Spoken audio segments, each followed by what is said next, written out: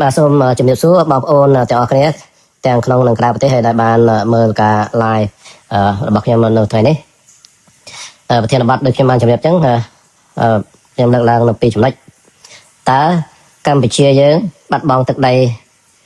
ប៉ុន្មានទីតាំងឬថាថៃគ្រប់គ្រងទឹកដីកម្ពុជាចំនួនប៉ុន្មានទីតាំងសប្តាហ៍នេះហើយតើយើងអាចទាមទារទឹកដីទាំងអស់នោះមកវិញបានឬក៏អត់បាទខ្ញុំសូមជំរាបថាតាមក្រសួងការបរទេសកម្ពុជារដ្ឋាភិបាលលោកហ៊ុនម៉ាណែតបានបញ្ជាក់ថាថៃកំពុងគ្រប់គ្រងទឹកដីកម្ពុជាយើងចំនួន24សំទោសចំនួន14បាទចំនួន14ទីតាំងបាទក៏ប៉ុន្តែតាមដែលខ្ញុំបានទទួលព័ត៌មានពីទាហាននៅជួរមុខហើយនឹង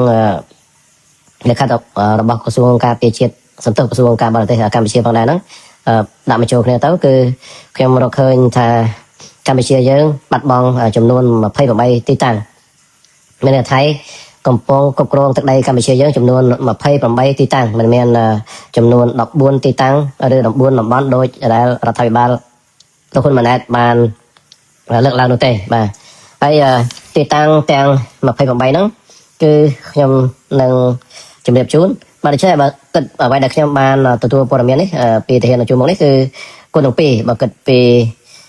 រដ្ឋាភិបាលលោកហ៊ុនម៉ាណែតបានផ្សព្វផ្សាយយ៉ាងណាក៏ដោយយើងសូមកោតសរសើរហើយជារឿងល្អដែរដែលជាលើកទី1ហើយតែរដ្ឋាភិបាលលោកហ៊ុនម៉ាណែតក្លាហានហ៊ានប្រាប់ការពិតទៅដល់ប្រជាពលរដ្ឋថាថៃកំពុងគ្រប់គ្រងទឹកដីខ្មែរយើងរហូតដល់14តំបន់ណា14ទីតាំងណាបាទនេះជារឿងល្អខ្ញុំសូមគ្រប់គ្រងឲ្យនឹងអបអរសាទរដែលគាត់ហ៊ានបង្ហាញការពិតណាបើសិនជាមិនបង្ហាញការពិតអញ្ចឹងប្រជាពលរដ្ឋអត់ដឹងថាបាត់បង់ទឹកដីហើយដល់មិនដឹងបាត់បង់ទឹកដីទៅតវ៉ាគេយ៉ាងម៉េចទៅប្តឹងគេយ៉ាងម៉េចហើយទៅចរចាជាមួយថៃយ៉ាងម៉េចណាយើងធ្វើម៉េចឲ្យពិភពលោកដឹងថាថៃឈ្លានពានយើងបើសិនយើងមិនប្រាប់ថាយើងបាត់បង់ប៉ុន្មានទីតាំងដូច្នេះអ្វីដែលគាត់បង្ហាញគឺជារឿងល្អហើយក៏ប៉ុន្តែដូចខ្ញុំថាគាត់មិនបានបង្ហាញអស់នៅទីតាំងទាំងអស់នោះទេឬក៏គាត់បង្ហាញតែតំបន់កាលណាបង្ហាញតែតំបន់អញ្ចឹងវាមានក្នុងតំបន់ហ្នឹងវាមានទីតាំងច្រើនដទៃទៀតណាបាទអញ្ចឹងខ្ញុំសូមអាននៅ28ទីតាំងដែលខ្ញុំរកឃើញថាបានបាត់បង់ទៅខាងភាគីថៃឬថៃកំពុងគ្រប់គ្រងមិនមាន14តំបន់នោះទេបាទទីតាំងទាំងអស់នោះគឺ1គឺប្រាសាទតាម៉ុនធំទី2ប្រាសាទតាម៉ុនតូចទី3ប្រាសាទតាកបីទី4ប្រាសាទខ្នាទី5ច្រកអានសេះនៅក្នុងច្រកអានសេះនេះវាមានទីតាំងជាច្រើនទៀតណាដូចជាអីតំបន់ច្រកអានសេះវាមានច្រកអានសេះវាមានភ្នំ500មានភ្នំ677មានវាមានអូផ្កាស្នេហ៍អញ្ចឹងវាមានរហូតដល់4ទីតាំងដូច្នេះតំបន់អាសេះដែលរដ្ឋាភិបាលលោកហ៊ុនម៉ាណែតថាមួយតំបន់ហ្នឹងគឺវាមានរហូតដល់4ទីតាំងអញ្ចឹងបើគិតទៅបើគាត់និយាយពីតំបន់វាតិចទេប៉ុន្តែបើគិតពីទីតាំងវាច្រើនទេដូច្នេះគាត់មិនបានរៀបរាប់អស់បាទដូចជាក្នុងគេថាតំបន់ប្រាសាទតាកបីតំបន់ប្រាសាទតាកបីហ្នឹងវាមានប្រាសាទតាកបីវាមានភ្នំ350ឃើញទេវាមាន2តំបន់ឃើញទេវាមាន2ទីតាំងហ្នឹងមកគិតពីតំបន់ប្រាសាទតាកបីមួយដូច្នេះគាត់និយាយពីតំបន់ហ្នឹងមានថាវាមានច្រើនទីតាំងទៀតមិនមានតែ14ទីតាំងទេបើគាត់និយាយ14តំបន់ហ្នឹងមានថាវាគិតទីតាំងវាច្រើនដូចខ្ញុំថាអញ្ចឹងបើគិតពីទីតាំងគឺរហូតដល់28ទីតាំងហើយទីតាំងឬតំបន់មួយចំនួនគាត់អាចបានរៀបរាប់ទេដូចជាអីថ្មដូនដូចជាភ្នំ400ភ្នំ208អញ្ចឹងណាឃើញទេដូចផ្ទះតមុកអីក៏គាត់អាចបានរៀបរាប់ហ្នឹងដូច្នេះវាមានច្រើនទីតាំងបើគិតទៅរហូតដល់28ទីតាំងចាំបើខ្ញុំអានមិញនេះដល់លេខ5ខ្ញុំសូមអានឡើងវិញសំទោសទី1ប្រាសាទតាម៉ុនធំទី2ប្រាសាទតាម៉ុនតូចទី3ប្រាសាទតាកបីទី4ប្រាសាទខ្នាទី5ច្រកអានសេះទី6ភ្នំ350ភ្នំ350នៅជិតប្រាសាទតាកបីភ្នំ225ភ្នំ500នៅជិតច្រកអានសេះភ្នំ323ភ្នំ677ភ្នំ677ហ្នឹងគឺនៅចិត្តច្រកអានសេះហ្នឹងចំណុចទី9ណាបាទចំណុចទី10ភ្នំ677ហ្នឹងចំណុចទី11ភូមិជោគជ័យចំណុចទី12ភូមិព្រៃច័ន្ទ13ផ្ទះ3ខ្នងបាទ14អូភ្លុកដំរី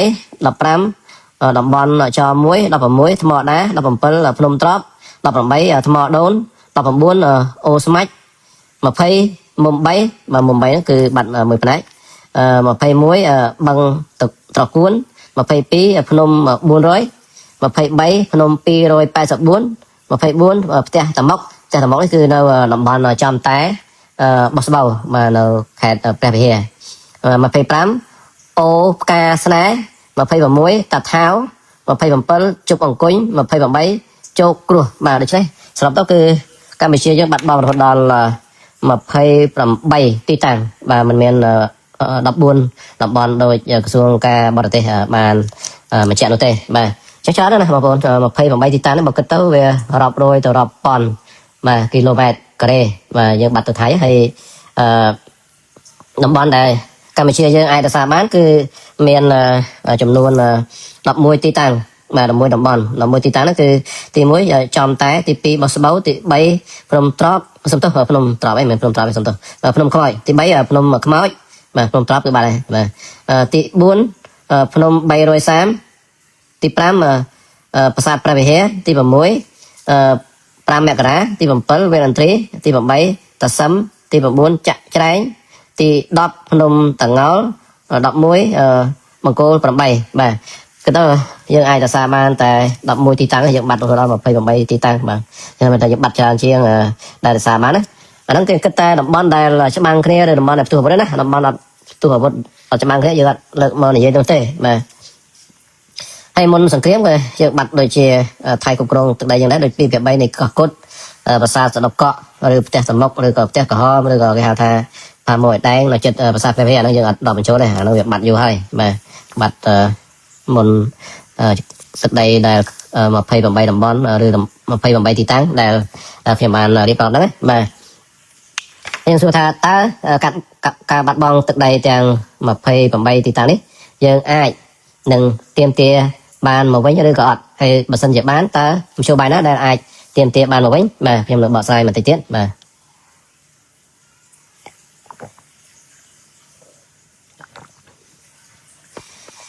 ាទទឹកដីទាំង28តំបន់នេះយើងដឹងហើយសប្តាហ៍នេះតំបន់ភាគច្រើនហ្នឹងគឺថៃបានវាយផ្ទះប្រជាបរតខ្មែរយើងចោលហើយនឹងរេបន្លាលុះហើយនឹងដាក់កង់ទូកុងតឺន័រធ្វើជារបងព្រំដែនទៅតាមផែនទីខ្នាត1 លើ 50 ប៉ុណ្ណរបស់ថៃដូចជានៅភូមិជោគជ័យភូមិព្រៃច័ន្ទនៅបឹងត្រកួនបាទមកនៅថ្មដាក់អត់តាន់ឃើញដាក់ទូកុងតឺន័រនោះទេគ្រាន់តែរេបន្លាលុះបាទហើយដូចនៅច្រកអាសែគឺគេបានវាយផ្ទះចោលហើយបានរេបន្លាលុះហើយបានគ្រប់គ្រងរហូតមកដល់កាស៊ីណូនៅច្រកអាសែហ្នឹងគឺមានចម្ងាយប្រហែលជា2គីឡូម៉ែត្រពីព្រំដែនមកដល់កាស៊ីណូហ្នឹងបាទឆ្ងាយបាទហើយផ្ទះប្រជាពលរដ្ឋហើយនឹងរង្វង់មូលតាអ៊ុំហ្នឹងត្រូវបានថៃឈូសឆាយចោលហើយបាទកំទេចចោលហើយបាទគ្រប់គ្រងនៅតំបន់ហ្នឹងគឺច្រើនហើយនៅខាងបឹងតកួនគឺវាផ្ទះប្រជាពលរដ្ឋមួយចំនួនចោលហើយរេបន្លាលុះនឹងដាក់ទូកុងតឺន័រធ្វើជារបងនៅភូមិជោគជ័យភូមិព្រៃច័ន្ទវាយចោលផ្ទះច្រើនមែនទែនហើយផ្ទះមួយចំនួនត្រូវទាហានថៃដុតចោលតែម្ដងបាទហើយបានបណ្ដេញប្រជាពលរដ្ឋខ្មែរយើងចេញពីភូមិជោគជ័យភូមិព្រៃច័ន្ទហ្នឹងបាទមិនអោយប្រជាពលរដ្ឋខ្មែរយើងទៅរស់នៅក្នុងផ្ទះសម្បែងរបស់គាត់នោះទេហើយទើបតែដេញប្រសង់ខ្មែរយើងចេញពីភូមិជោគជ័យសំទោសចេញពីវត្តជោគជ័យដេញប្រសង់ខ្មែរយើងចេញពីវត្តជោគជ័យហើយវត្តព្រៃច័ន្ទនៅទេនៅខ្មែរយើងគ្រប់គ្រងទេអត់បាត់បងនៅឡើយនោះទេយើងបាត់តែវត្តជោគជ័យអាហ្នឹងយើងឃើញថានៅខាងភូមិជោគជ័យនិងភូមិព្រៃច័ន្ទភូមិជោគជ័យបាត់ច្រើនជាងគេភូមិព្រៃច័ន្ទបាត់ប្រហែលជាពាក់កណ្ដាលជាងពាក់កណ្ដាលទេបាទមិនបាត់ទាំងមូលទេណាបាទអាហ្នឹងភូមិព្រៃច័ន្ទបាទបឹងតកួនក៏ចូលច្រើនដែរមើលទៅដូចជា1គីឡូម៉ែត្រជាងប្រជាប្រដ្ឋនោះហ្នឹងគាត់ថាប្រហែលជា5គីឡូប៉ុន្តែ5គីឡូដូចច្រើនពេកទៀតហ្នឹងគាត់និយាយអញ្ចឹងមិនដឹងថាវាការពិតអត់ខ្ញុំបានស្ដាប់តាមវីដេអូដែលគេ live គាត់និយាយអញ្ចឹងប៉ុន្តែតាមយើងបោះមើលតាមGoogle Map ទៅប្រហែលជា1គីឡូជាងទេបាទនៅខាងថ្មដាក៏ចូលជ្រៅដែរប្រហែលជា1គីឡូម៉ែត្រជាងដែរពីព្រំដែនមកព្រោះរេបន្លាលុះហ្នឹងហួសកាស៊ីណូនៅថ្មដានោះទៅទៀតណាបាទ ចូលច្រើនបាទនៅខាងថ្មណាបងប្អូនបានឃើញហើយបាទនេះគឺជាការឈានពៀនរបស់ថៃមួយមកលើបរណភាពទឹកដីកម្ពុជាយើងហើយយើងសួរថាតើយើងអាចទៀមទាទឹកដីទាំងនោះបានមកវិញឬក៏អត់បាទនេះជាសំណួរមួយដែលបងប្អូនជាច្រើនមានចម្ងល់ពីបញ្ហាហ្នឹងហើយអ្នកគ្រប់គ្រងគណៈបព្វជិជនគេថាយើងមានប្លង់រឹងហើយយើងមានផែនទីຂະຫນាត1លើ200 ប៉ុនដែលជាផែនទីបារាំងឬគេហៅថាផែនទីឧបសម្ព័ន្ធផ្សំជាបារាំងសៀមឆ្នាំ1604 1607ឡើយរឿងអីថៃទៅយកទឹកដីយើងបានឲ្យគ្រប់គ្រងទៅបើទឹកដីនោះមិនអីទេក៏ចង់ទៅយកថ្ងៃណាក៏បានដែរចង់ទៅរើបន្លាលុះចេញថ្ងៃណាក៏បានដែរគេថាអញ្ចឹងបាទខ្ញុំបានnóiតែអញ្ចឹងខ្ញុំជួយឲ្យបានទៅយកទឹកដីនៅបានមកវិញហើយបើទៅរើបន្លាលុះថ្ងៃណាក៏បានអញ្ចឹងទៅរើឆាប់មកប្រជាប្រដ្ឋពងចង់ទៅរស់នៅផ្ទះគាត់ផងខ្ញុំបានnóiអញ្ចឹងដើម្បីបានទឹកដីខ្មែរវិញហើយបានប្រជាប្រដ្ឋទៅនៅផ្ទះគាត់ទៀតអាហ្នឹងធ្វើឆាប់ទៅអាហ្នឹងកាន់ល្អទេបាទសូមអញ្ជើញឲ្យលឿនអញ្ចឹងទៅបាទព្រោះខ្ញុំឃើញប្រជាប្រដ្ឋហ្នឹងនៅភូមិជោគជ័យនៅភូមិព្រៃច័ន្ទហ្នឹងចូលផ្ទះគាត់អត់បានផងហ្នឹងអត់អាចទៅរស់នៅក្នុងផ្ទះរបស់គាត់ហ្នឹងគាត់រស់នៅវត្តព្រៃច័ន្ទរស់នៅក្នុងតង់កស៊ូនៅឡើយហ្នឹងឃើញទេដូច្នេះបើសិនជាដូចអ្នកគ្រប់គ្រងគណៈបព្វជិជនថាចង់ទៅរើបន្លាលុះថ្ងៃណាក៏បានហ្នឹងសូមអញ្ជើញឲ្យទៅរើលឿនតិចបាទកុំយូរពេកបាទអាហ្នឹងបើធ្វើបានណាគាត់ធ្វើយ៉ាងបានអាហ្នឹងខ្ញុំសូមសរសើរប៉ុន្តែកាលណាយើងទៅរើបន្លាលុះហ្នឹងប្រកាសជាថៃបាញ់ហើយសំបីតែថ្ងៃនេះខ្ញុំមិនដឹងថាព័ត៌មានពិតអត់ឬថាថៃបាញ់ប្រជាពលរដ្ឋខ្មែរយើងម្នាក់ស្លាប់ដោយសារតែទៅចិត្តបន្លាលុះខ្ញុំឃើញតាម Facebook ខ្ញុំមិនតាន់មើលព័ត៌មានហ្នឹងឬក៏មិនតាន់ពិនិត្យមើលព័ត៌មានឬផ្ទៀងផ្ទាត់ព័ត៌មានថាពិតឬក៏អត់ណាខ្ញុំមិនតាន់នឹងជាការពិតអត់ទេតើតែមានការបញ្ជាក់ពីខាងប្រភពឯករាជ្យសិនដូច្នេះមានថាបើសិនតែយើងទៅរើបន្លាលុះប្រកាសជាថៃបាញ់ហើយ 100% គឺបាញ់ហើយគណៈបាញ់អាចផ្ទុះវត្តម្ដងទៀតហើយអញ្ចឹងដូច្នេះលោកហ៊ុនម៉ាណែតអាចទេលោកហ៊ុនម៉ាណែតអាចបញ្ជាឲ្យទាហានទៅរើបន្លាលុះហ៎ដែលគណៈប្រជាជនគេថាចង់ទៅរើបន្លាលុះពេលណាក៏បានទៅរើកុងតឺន័រហ្នឹងចេញពេលណាក៏បានមិនស្រួលអញ្ចឹងទេបាទខ្ញុំថាបើសិនជាទៅរើប្រកាសជាថៃគេបាញ់ហើយដល់បាញ់ផ្ទុះវត្តម្ដងទៀតហើយដូច្នេះមិនងាយស្រួលដោយគាត់ថានោះទេបាទដូច្នេះយើងអាចនិយាយមកវិញថាតើការទៀមទាទឹកដីហ្នឹងបានមកឬអត់ហើយបើបានដោយវិធីណាបើមិនបានដោយវិធីណាបាទសម្រាប់ខ្ញុំគឺការទៀមទាទឹកដីមកវិញនេះគឺมันមានជាការងាយស្រួលនោះទេបាទគណៈថៃគ្រប់គ្រងហើយគឺมันជាការងាយស្រួលនោះទេហើយសំខាន់ទៅលើឆន្ទៈរបស់រដ្ឋាភិបាលហ៊ុនម៉ាណែតហ្នឹងចង់ទៀមទាឬក៏អត់បាទសំខាន់អញ្ចឹងបើសិនជាអត់មានឆន្ទៈក្នុងការទៀមទាគឺទៀមទាអត់បាននោះទេបាទហើយខ្ញុំហ៊ាននិយាយថាទឹកដីហ្នឹងគឺ 90% ទៀមទាអត់បានទេ 10% ខ្ញុំអាចថាទៀមទាបានមានថាអាចថៃបកគលឲ្យយើង 10% ទៅ 20% ហ្នឹងអស់ហើយហើយយើងថា 20% ចុះអស់ហើយដែលឲ្យមកវិញណាប៉ុន្តែ 80% គឺថៃយកហើយហេតុអីមិនចាំនិយាយអញ្ចឹងដូចនៅច្រកអានសេះចូលប្រហែលជា2គីឡូបើគិតតាមផែនទីຂະຫນាត1លើ50ប៉ុនរបស់ថៃគឺគេកំណត់ហួសតែរង្វង់មូលតែបន្តិចទេក៏ប៉ុន្តែសប្តាហ៍នេះថៃយកមកដល់កាស៊ីណូនៅច្រកអានសេះហ្នឹងហើយគិតពីព្រំដែនមកតាមផែនទីຂະຫນាត1លើ200ប៉ុនមកដល់រង្វង់មូលទៅអ៊ំនោះជិត1គីឡូបើគិតពីរង្វង់មូលទៅអ៊ំហ្នឹងមកដល់កាស៊ីណូប្រហែលជា1គីឡូជាងដូច្នេះបើសិនជាថៃគេថាខ្ញុំសុំត្រឹមតែតាមផែនទីຂະຫນាត1លើ50ប៉ុនគឺហួសតែច្រកសំទោសហួសតែរង្វង់មូលទៅអ៊ំតិចទេអញ្ចឹងមានថាថៃយកតែមួយប្រហែលជា1គីឡូម៉ែត្រទេហួសរង្វង់មូលទៅអ៊ំតិចអញ្ចឹងគេឲ្យយើង100ដូច្នេះថៃមានថាគេយកពីខ្សែបន្តព្រំដែនមកដល់ហួសរង្វង់មូលទៅអ៊ំតិចហ្នឹងប្រហែលជា1គីឡូម៉ែត្រហើយវាគិតពីហួសរង្វង់មូលទៅអ៊ំមកដល់កាស៊ីណូនោះប្រហែលជា1គីឡូម៉ែត្រទៀតអញ្ចឹងថៃគេអាចឲ្យយើង1គីឡូអាចឲ្យយើង1គីឡូម៉ែត្រមកវិញប៉ុន្តែគេយកតែ1គីឡូម៉ែត្រទេទៅតាមផែនទីຂະຫນាត1លើ50ប៉ុនព្រោះថៃសម្រាប់ថ្ងៃនេះគឺឈ្លានពានទឹកដីខ្មែរយើងហួសពីផែនទីຂະຫນាត1លើ50ប៉ុនដែលថៃទៀមទាទៅទៀតសូម្បីក្រសួងការបរទេសកម្ពុជាក៏បានបញ្ជាក់ដែរថាថៃកំពុងគ្រប់គ្រងទឹកដីខ្មែរហួសទៅតាមការទៀមទារបស់ថៃឬក៏ការអះអាងរបស់ថៃទៅទៀតមានន័យថាថៃបានរំលោភចូលដីខ្មែរយើងហួសផែនទីຂະຫນាត1លើ50ប៉ុនដែលថៃទៀមទាទៅទៀតបាទដូចជានៅអីដូចជានៅថ្មដាដូចជានៅអូស្មាច់ដូចជានៅបឹងតគួនហ្នឹងកន្លងមកដែលលើថាថៃទៀមទាផងហ្នឹងច្រកអាសេះដែលលើទៀមទាទេតែភាសាខ្នាក៏អត់ដែរអត់មាននៅក្នុងផែនទីຂະຫນាត1លើ50ប៉ុនទេប៉ុន្តែប្រជាប្រដ្ឋថៃគេដូចចាប់អារម្មណ៍ភាសាខ្នាថៃមកច្បាំងយកភាសាខ្នាទៅមិនចាប់អារម្មណ៍តែភាសា3ដែរភាសាតំនតូចតំនធំតាក3 ដល់ប្រជាប្រដ្ឋថៃគេចាប់អារម្មណ៍ថាអូមិនភាសាខ្នាហ្នឹងកម្ពុជាគ្រប់គ្រងអញ្ចឹងបានយោធាថៃថាអូអានឹងទឹកដីថៃដែរអញ្ចឹងយើងនឹងប្រឌិតមើលហើយយើងនឹងវាយយកមានយកបានមានបន្ទាប់ពីសង្គ្រាម21ថ្ងៃហ្នឹងដូច្នេះតំបន់ភាគច្រើនគឺมันមានជាតំបន់ដែលជាការទៀមទាត់របស់ថៃហើយมันមានជាតំបន់ដែលស្ថិតនៅក្នុងផែនទីខ្នាតមួយលើ50ប៉ុណ្ណរបស់ថៃទេក្រសួងការបរទេសកម្ពុជាក៏បានបញ្ជាក់ថាថៃកំពុងគ្រប់គ្រងទឹកដីខ្មែរហួសពីការទៀមទាឬការអះអាងរបស់ថៃមានថាហួសពីផែនទីខ្នាតមួយលើ50ប៉ុណ្ណរបស់ថៃទៅទៀតដូច្នេះខ្ញុំថាអញ្ចឹងនៅច្រកអានសេះបើសិនជាថៃគេសុំយកត្រឹមផែនទីខ្នាតមួយលើ50ប៉ុណ្ណគឺយកហួសតែរមូលទៅអ៊ុំតិចទេ1គីឡូម៉ែត្រពីខ្សែព្រំដែនមកទេប៉ុន្តែបើសិនគេថៃថាគេចង់ទៀមទាអ្វីដែលគេគ្រប់គ្រងបានប្រមាណយកប៉ុណ្ណឹងគឺមកដល់កាស៊ីណូខ្មែរយើងនេះរហូតដល់2គីឡូម៉ែត្រអាហ្នឹងចឹងដូចមានថាជំរឿមាន2ទី1ថៃគេយកទាំងអស់គេថាគេគ្រប់គ្រងកន្លែងណាគឺយកកន្លែងហ្នឹងគឺមកដល់កាស៊ីណូទី2ថៃថាអត់ទេខ្ញុំសុំត្រឹមតែផែនទីខ្នាត150ប៉ុណ្ណរបស់ខ្ញុំទេអញ្ចឹងគេអាចដកថយទៅវិញចេញពីកាស៊ីណូហ្នឹងទៅចិត្តរមូលទៅអ៊ុំទេគេយកតែ1គីឡូម៉ែត្រទេអញ្ចឹងអាចមានជំរឿ2ហ្នឹងបាទនេះមកចឹងមកខ្ញុំនិយាយថាវាអាចថៃដកថយទៅវិញនៅតំបន់ខ្លះប៉ុន្តែមិនមានដកថយទៅដល់ខ្សែព្រំដែនខ្នាតមួយលើ200ប៉ុណ្ណឬផែនទីបារាំងនោះទេបាទគឺมันអាចទេថៃដូចខ្ញុំថាចឹងបើសិនជាចូល2គីឡូយ៉ាងច្រើនគេដក1គីឡូដីឬក៏គេយកដីយើងត្រឹម300ម៉ែត្រឬ500ម៉ែត្រប៉ុន្តែឲ្យថៃទៅដល់កន្លែង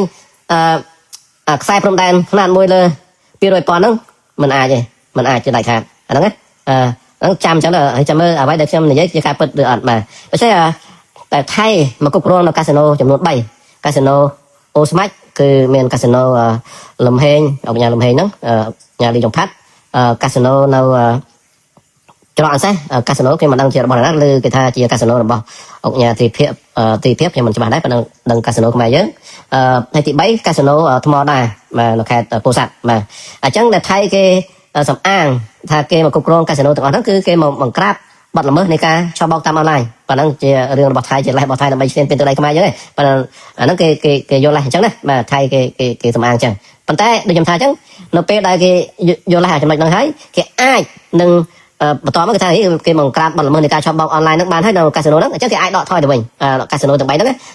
នៅច្រកអានសេះហ្នឹងគេអាចដកថយទៅដល់ត្រឹមរង្វង់មួយទៅអ៊ុំទេគេយកត្រឹមហ្នឹងទេហើយគេបកគោលកាស៊ីណូនឹងឲ្យវិញឬក៏គេអាចយកត្រឹមកាស៊ីណូនឹងតែម្ដងมันអាចដកថយហើយបើថាឲ្យថៃដកថយទៅដល់ខ្សែព្រំដែននៅកន្លែងប៉ុស្តិ៍ថៃនៅហួសរមូលមួយទៅអ៊ុំហ្នឹងប្រហែលជា700ម៉ែត្រហ្នឹងគឺมันអាចទេបាទអញ្ចឹងណាកាស៊ីណូអូស្មាច់វាអាចថៃដកចេញនៅពេលដែលគេថាបង្ក្រាបបាត់ល្មើសនៃការបោកប្រាស់អនឡាញហ្នឹងបានហើយគេដកថយប៉ុន្តែអត់ដកថយទៅដល់កន្លែងដែរបើចូល1គីឡូមួយជាអញ្ចឹងគេដកថយប្រហែលជា500ម៉ែត្រឬក៏គេយកតែ300ម៉ែត្រអញ្ចឹងណាมันអាចទៅដល់កន្លែងដើមទេហើយនោះវាអាចនៅកាស៊ីណូតែថ្មដែរអញ្ចឹងដែរថ្មដែរចូលមក1គីឡូមកជាងដែរគេអាចថៃគេបង្ក្រាបបាត់ល្មើសនៃការឆបោកអនឡាញរួចហើយគេនឹងដកថយចេញទៅដល់ទីតាំងមួយគេថាបើ1គីឡូអញ្ចឹងអាចឲ្យយើង500ម៉ែត្រគេយកតែ500ម៉ែត្រទេប៉ុន្តែឲ្យទៅដល់កន្លែងទីតាំងដើមឬក៏ទៅតាមផែនទីខ្នាត1លើ200ប៉ុណ្ណគឺមិនអាចទេគឺថៃត្រូវតែអនុវត្តទៅតាមផែនទីខ្នាត1លើ50ប៉ុណ្ណរបស់ខ្លួនហើយមួយទៀតអាចតំបន់ខ្លះគេអត់អនុវត្តតាមផែនទីខ្នាត1លើ50ប៉ុណ្ណរបស់គេទេគេសម្រាប់ថាទឹកដីដែលថៃឈរជើងកន្លែងណាគឺជាទឹកដីរបស់ថៃព្រោះអ្នកនាំពាក្យយោធាថៃបាននិយាយថានៅពេលដែលកម្ពុជាចេញនៅសេចក្តីថ្លែងការណ៍គឺក្រសួងការបរទេសបញ្ចេញនៅសេចក្តីថ្លែងការណ៍ថ្មីនេះថាថៃបានគ្រប់គ្រងទឹកដីកម្ពុជាពេលហ្នឹងអ្នកនាំពាក្យយោធាថៃគេថាអត់ទេទឹកដីដែលថៃកំពុងគ្រប់គ្រងគឺជាអធិបតេយ្យភាពរបស់ថៃគឺជាទឹកដីថៃដែលកម្ពុជាយើងបានដណ្ដើមកាន់កាប់ឬក៏ប្រជាប្រដ្ឋខ្មែរយើងទៅរស់នៅលើដីរបស់ថៃយកដីរបស់ថៃផ្សេងពីដីថៃគេសម្អាងអញ្ចឹងដូច្នេះគេថាទឹកដីហ្នឹងគឺគេមិនអាចបកគលមកឲ្យយើងវិញនោះទេអញ្ចឹងណាប៉ុន្តែបើយើងពិនិត្យទៅមើលផែនទីខ្នាត1លើ200ប៉ុណ្ណដែលជាផែនទីឧបសម្ព័ន្ធភ្ជាប់សន្ធិសញ្ញាបារាំងសៀមឆ្នាំ1904 1907គឺ100% ទឹកដីថៃគ្រប់គ្រង28ទីតាំងដែលខ្ញុំរាប់ហ្នឹងគឺមិនមានជាទឹកដីរបស់ថៃនោះទេគឺជាទឹកដីរបស់កម្ពុជា 100% ហើយដែលថៃឈ្លានពាននេះគឺឈ្លានពានទៅតាមផែនទីខ្នាត1លើ50ប៉ុណ្ណដែលជាផែនទីគូសដោយឯកតោភាគីអត់មានការទទួលស្គាល់ពីសហគមន៍អន្តរជាតិនោះទេមានតែផែនទីខ្នាត1លើ200ប៉ុណ្ណនោះទេគឺជាផែនទីដែលទទួលស្គាល់ជាលក្ខណៈអន្តរជាតិហើយជាផែនទី đây cái hạt tháp panty bà răng như này vậyភាសាខ្លីថាភាសាសម្ាញ់គេថាpanty បារាំងបាទដូច្នេះគឺថៃរំលោភបូរណភាពទឹកដីកម្ពុជាយើង 100% នៅតំបន់ដែលខ្លួនកំពុងគ្រប់គ្រងនេះយើងសួរថាតើអាចទាមទារទឹកដីនឹងបានមកវិញឬក៏អត់ខ្ញុំថាអត់បានទេអត់បាននោះទេបាទ 90% អត់បានទេ 10% អាចបានបើបានដូចខ្ញុំថាបាន20 10ទៅ20% គឺ 80% អត់បានទេបាទហើយខ្ញុំសួរថាហេតុអីទាមទារមិនបានកាលណាទឹកដីទៅថៃគ្រប់គ្រងហើយគឺมันអាចទាមទារបានទេយើងមើលប្រវត្តិនៃការគ្រប់គ្រងទឹកដីប្រាសាទតំបន់តូចថៃគ្រប់គ្រងឆ្នាំណាឆ្នាំ91តាយើងទាមទារបានទេអត់បានទេចរចាធ្វើពីគេถึงរឿងថៃទៅឲ្យប្រាសាទតំបន់ធំមុនច្បាំងគ្នាលើកទី1ថៃគ្រប់គ្រងរួមជាមួយកម្ពុជាទាមទារតាំងពីតាមអនុសនានៃការយោគយល់គ្នាឆ្នាំ2000 MOU ឆ្នាំ2000ថៃដែលបកគលឲ្យយើងរហូតដល់ឆ្នាំ2025អត់2026រត់លេងឲ្យទៀតដែរបាទប្រាសាទតាកបីគ្រប់គ្រងយូរហើយបាទតាំងពីឆ្នាំតុង91នឹងដែរបាទរហូតដល់គ្រប់គ្រងរួមមុនសង្គ្រាមលោកសង្គ្រាមមិនសង្គ្រាមលោកគឺសង្គ្រាមលើកទី1ដល់ក្រោយសង្គ្រាមលើកទី1ថៃច្បាំងជាមួយកម្ពុជាគឺខ្មែរយើងឈ្នះគឺបានគ្រប់គ្រងប្រាសាទតាកបីប៉ុន្តែប្រាសាទតំបន់ធំគឺពេលច្បាំងគ្នាលើកទី1យើងឈ្នះដល់បាត់ជុំបាញ់ហើយថៃមកចូលរេមកឡាលុះហើយបានមកគ្រប់គ្រងប្រាសាទតំបន់ធំហើយទាហានកម្ពុជាយើងទទួលប័ណ្ណបញ្ជាមិនអោយតដៃពេលហ្នឹងមិនអោយតដៃអញ្ចឹងគាត់ត្រូវដកថយពេលហ្នឹងថៃយកប្រាសាទតំបន់ធំបាត់ទៅបន្ទាប់ពីបាត់ជុំបាញ់នៅបន្ទាប់ពីសង្គ្រាមលើកទី1បាទប៉ុន្តែពេលសង្គ្រាមគឺយើងឈ្នះដេញថៃរហូតដល់300 ម៉ែត្រចេញពីប្រាសាទតំបន់ធំប៉ុន្តែដោយសារទាហានយើងទទួលបានបញ្ជាពីមេដឹកនាំកម្ពុជាថាកុំឲ្យតដៃពេលហ្នឹងទាហាននៅប្រាសាទតំបន់ធំនោះបានប្រាប់ខ្ញុំថាម៉េចខ្ញុំកំតិចណាកំតិចមិនបាញ់ចោលបាញ់មិនថាបាញ់សម្លាប់ចោលមកដល់ចូលមកឈ្លានពេលហ្នឹងព្រោះឈ្លានពេលទឹកដីខ្មែរយើងមានសិទ្ធិការពារខ្លួនអញ្ចឹងបាញ់ហើយប៉ុន្តែមេដឹកនាំយើងហ្នឹងមេបញ្ជាការហ្នឹងគាត់ថាអត់ទេសម្ដេចមិនអោយបាញ់ទេកុំបាញ់កុំតដៃចឹងមានដកថយទៅបានថៃក៏យកប្រាសាទតំបន់ធំទៅបាទដូច្នេះប្រាសាទតំបន់ធំហ្នឹងគឺយើងបាត់តាំងពីដែលច្បាំងគ្នាលើកទី1បាទហើយប្រាសាទតំបន់តូចប្រាសាទតំបន់ធំប្រាសាទតាកបីមានលោកញឹកបច្ច័យហើយក៏មានសាស័យជាច្រើនគឺនៅពេលសង្គ្រាមនាទសវត្សរ៍ទី80ហ្នឹងសង្គ្រាមស៊ីវិលហ្នឹងគឺខ្មែរយើងគ្រប់គ្រងបាទគឺទាហានរបស់ភុនសបាច់ហើយនឹងធានខ្មែរក្រហមតំបន់តូចតំបន់ធំគ្រប់គ្រងដោយខ្មែរក្រហមឆ្នាំ8ជាងហ្នឹងហើយប្រាសាទតាកបីដែលគ្រប់គ្រងដោយទាហានភុនសបាច់ដោយលោកញឹកបញ្ឆៃអីជាដើមសម្ដេចកុម្ព្រះនរោត្តមរណរដ្ឋហ្នឹងបាទដូច្នេះដល់សមារណកម្មឆ្នាំ91បន្ទាប់ពីកិច្ចព្រមព្រៀងទីក្រុងប៉ារីសឆ្នាំ91ទៅថៃចូលមកគ្រប់គ្រងប្រាសាទទាំង3ហ្នឹងដល់មកគ្រប់គ្រងប្រាសាទតំបន់តូចហើយតំបន់ធំតាកបីបាទដល់ច្បាំងគ្នាឆ្នាំ2008បានយើងដណ្ដើមបានការគ្រប់គ្រងប្រាសាទតំបន់ធំហើយនិងប្រាសាទតាកបីរួមគ្នាប្រាសាទតំបន់តូចនៅថៃគ្រប់គ្រងដែរណាដល់សង្គ្រាមលោកទៀតសង្គ្រាមលើកបាទសង្គ្រាមលើកទី1បាទតំបន់តូចថៃគ្រប់គ្រងដែរតំបន់ធំយើងគ្រប់គ្រងពេលច្បាំងគ្នាបន្ទាប់ពីបាត់ជុំបាញ់ថៃគ្រប់គ្រងបាទប្រាសាទតាកបីបន្ទាប់ពីសង្គ្រាមលើកទី1គឺយើងគ្រប់គ្រងបាទក៏ប៉ុន្តែនៅពេលសង្គ្រាមលើកទី2នេះគឺយើងបាត់ទាំង3ប្រាសាទហ្នឹងទាំងតំបន់តូចតំបន់ធំតាកបីមិនបាត់ទាំង3ហ្នឹងបាត់រហូតដល់ប្រាសាទខ្នាទៀតបាទប្រាសាទខ្នាលមុនថៃអត់បានទៀមទៀតទេបាត់ដល់ប្រាសាទខ្នាទៀតបាទហ្នឹងខ្ញុំសំបីតែក្រសួងការបរទេសក៏បានទទួលស្គាល់ដែរថាប្រាសាទទាំង4ហ្នឹងគឺបានបាត់បង់ទៅថៃហើយថៃគ្រប់គ្រងហើយបាទដូច្នេះត្រឹមមកវិញគឺថាទឹកដីដែលយើងបាត់បង់នេះគឺ 80% គឺយើងមិនអាចទៀមទាបានមកវិញទេ20% យើងអាចទៀមទាបានមកវិញហើយបើបានហ្នឹងគឺមិនបាន 100% ទេបានត្រឹម10ទៅ 20% ទេដូចខ្ញុំថាអាចនៅច្រកអានសេសឬក៏នៅគេថាកាស៊ីណូនៅអានសេសហ្នឹងអាចថៃដក1គីឡូចេញទៅវិញគឺគេយកតែ1គីឡូទេឲ្យយើង1គីឡូវិញនៅអូស្បែកគេអាចបញ្ចូល1គីឡូជាងហ្នឹងគេអាចយកតែ500ម៉ែត្រទេឲ្យយើង500ម៉ែត្រទៅវិញនៅខាងថ្មដាគេចូល1គីឡូជាងគេអាចដកទៅប្រហែលជា300ម៉ែត្រឬ500ម៉ែត្រទៅគេឲ្យយើង500ម៉ែត្រហើយគេយក500ម៉ែត្រចឹងទៅបាទហ្នឹងគេអាចតំបន់ហ្នឹងប៉ុន្តែភូមិជោគជ័យនិងភូមិព្រៃច័ន្ទខ្ញុំជឿថាថៃអត់ដកទេ 100% គេដល់ចូលជើងកន្លែងណាគឺគេយកកន្លែងហ្នឹងហើយបាទអញ្ចឹងណាបាទនៅបឹងតគួនគេអាចថយខ្លះ nó thôi là cho một km chiếc ai thôi 500 m thì vô 500 m thằng bạn thôi mà đâu ô pro đồng đấy ở trong bay con việc thôi anh đang chia bị cho mà phải chia chiên cả lỗ đâu ô pro đồng đấy một trong bay con mà cực bị sai from đây là bây giờ tôi nó cực bị ô pro đồng đấy máu vì ô mới bây giờ bị ô pro đồng đấy một trong bay con phải chia cả lỗ đây em mà đo là cái này mà là tham vô thiệt vậy đó và đây mà cực bị đồng bọn là cái mai còn không có pro một lỗ chiếc tao phu ô pro đồng đấy anh đang mà tam thì hiện bài con này cũng pro liền tu sửa thì phải sắp phu ô pro đồng đấy pro đo 10 km chẳng hết man mun sừng kriêm nắng khơi thay cái thơ plau ấy thơ plau tất khơi kêu tu miền bê miền crop phơi plau miền min miền này chứ hay thằng mà đã từ đây thay này miền miền crop tu đây là kêu tu đây chả chả chẳng miền tại từ đây mà chứ thay ở đây miền sừng kriêm gì vậy này miền cái bài miền sừng kriêm gì vậy chứ từ đây mà chứ để cho bài dân kịchแต่เปรียบรวมดันทำไมnó đó là ô program đấy nó phải chia 500 m trên thì mà hay nó cho muối nó ô program đây thằng bọn na cho muối nó cứ khai bổ sung rồi nó không thằng bọn này cho muối nó cứ bóc cho muối nó phải chia 10 km vì ô program đấy cho muối nó cứ thay cái sao dương được bóc hay lục lên thang nó không ai dương cái đó ta bay nói chỗ này thay cái oi dương vậy cha cháu như vậy tạm thái vậy cho cha bay nó cha vô thia cha bài cha tây tạ vô thia nó ôm luôn bài nó Campuchia như vậy mà vậy cho tam là thay và cho mỗi nó cứ môn cho mang cái nó mà tam đại vô thia nó tiếng nó pra cho phải chụp rồi mét thay cho một đây không ai nhớ môn cho mang cái thế đó cứ ta cho một phải rồi mét cái cao bao cái nó không ai nhớ miền to và đánh tôi bên ở đây mà bắt tăng vì môn cho mang cái này đó cho mang cái thay cho một thêm tiền đấy để cho bắt chờ mà nó hàng là thằng đã ô program đây nè mà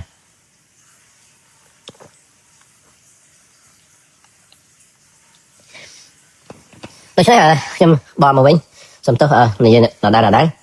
tôi tha đây là cái mai dương bắt được hàng thay chấm luôn mà phê bằng bay thì 8 tháng tá ai tiêm tía ban mà bây giờ được ọt bài sắp rồi từ bàn tế mà phê rồi đọc tầm phê rồi bán mà vẫn hay bán còn một bàn thôi đấy từ bàn thayจะ 10% được mà phê rồi ai thay ở màវិញប៉ុន្តែ 80% គឺបាត់ហើយបាទដូចខ្ញុំថាអញ្ចឹងក៏ដូចភាសាតាម៉ុនតូចថៃគ្រប់គ្រងយើងទៀមមកវិញ25ឆ្នាំហើយតាំងពី MOU ឆ្នាំ2000នោះថៃឲ្យហ៎អញ្ចឹងតំបន់ដែលថៃគ្រប់គ្រងថៃមិនឲ្យទេបាទដោយថាមកអីដែរឬផ្ទះតំបន់ផ្ទះក្រហមដូចចិត្តភាសាតែវាថៃគ្រប់គ្រងឆ្នាំ98ដែរនៅពេលខ្មែរក្រហមធ្វើសមារណកម្មឆ្នាំ98បាទតំបន់នៅទីហ្នឹងការទស្សវត្សទី80គឺតំបន់ដាក់ផ្ទះក្រហមហ្នឹងឬផ្ទះតំបន់គេហៅថាទីបញ្ជាការរបស់ខ្មែរក្រហមបាទដល់តំបន់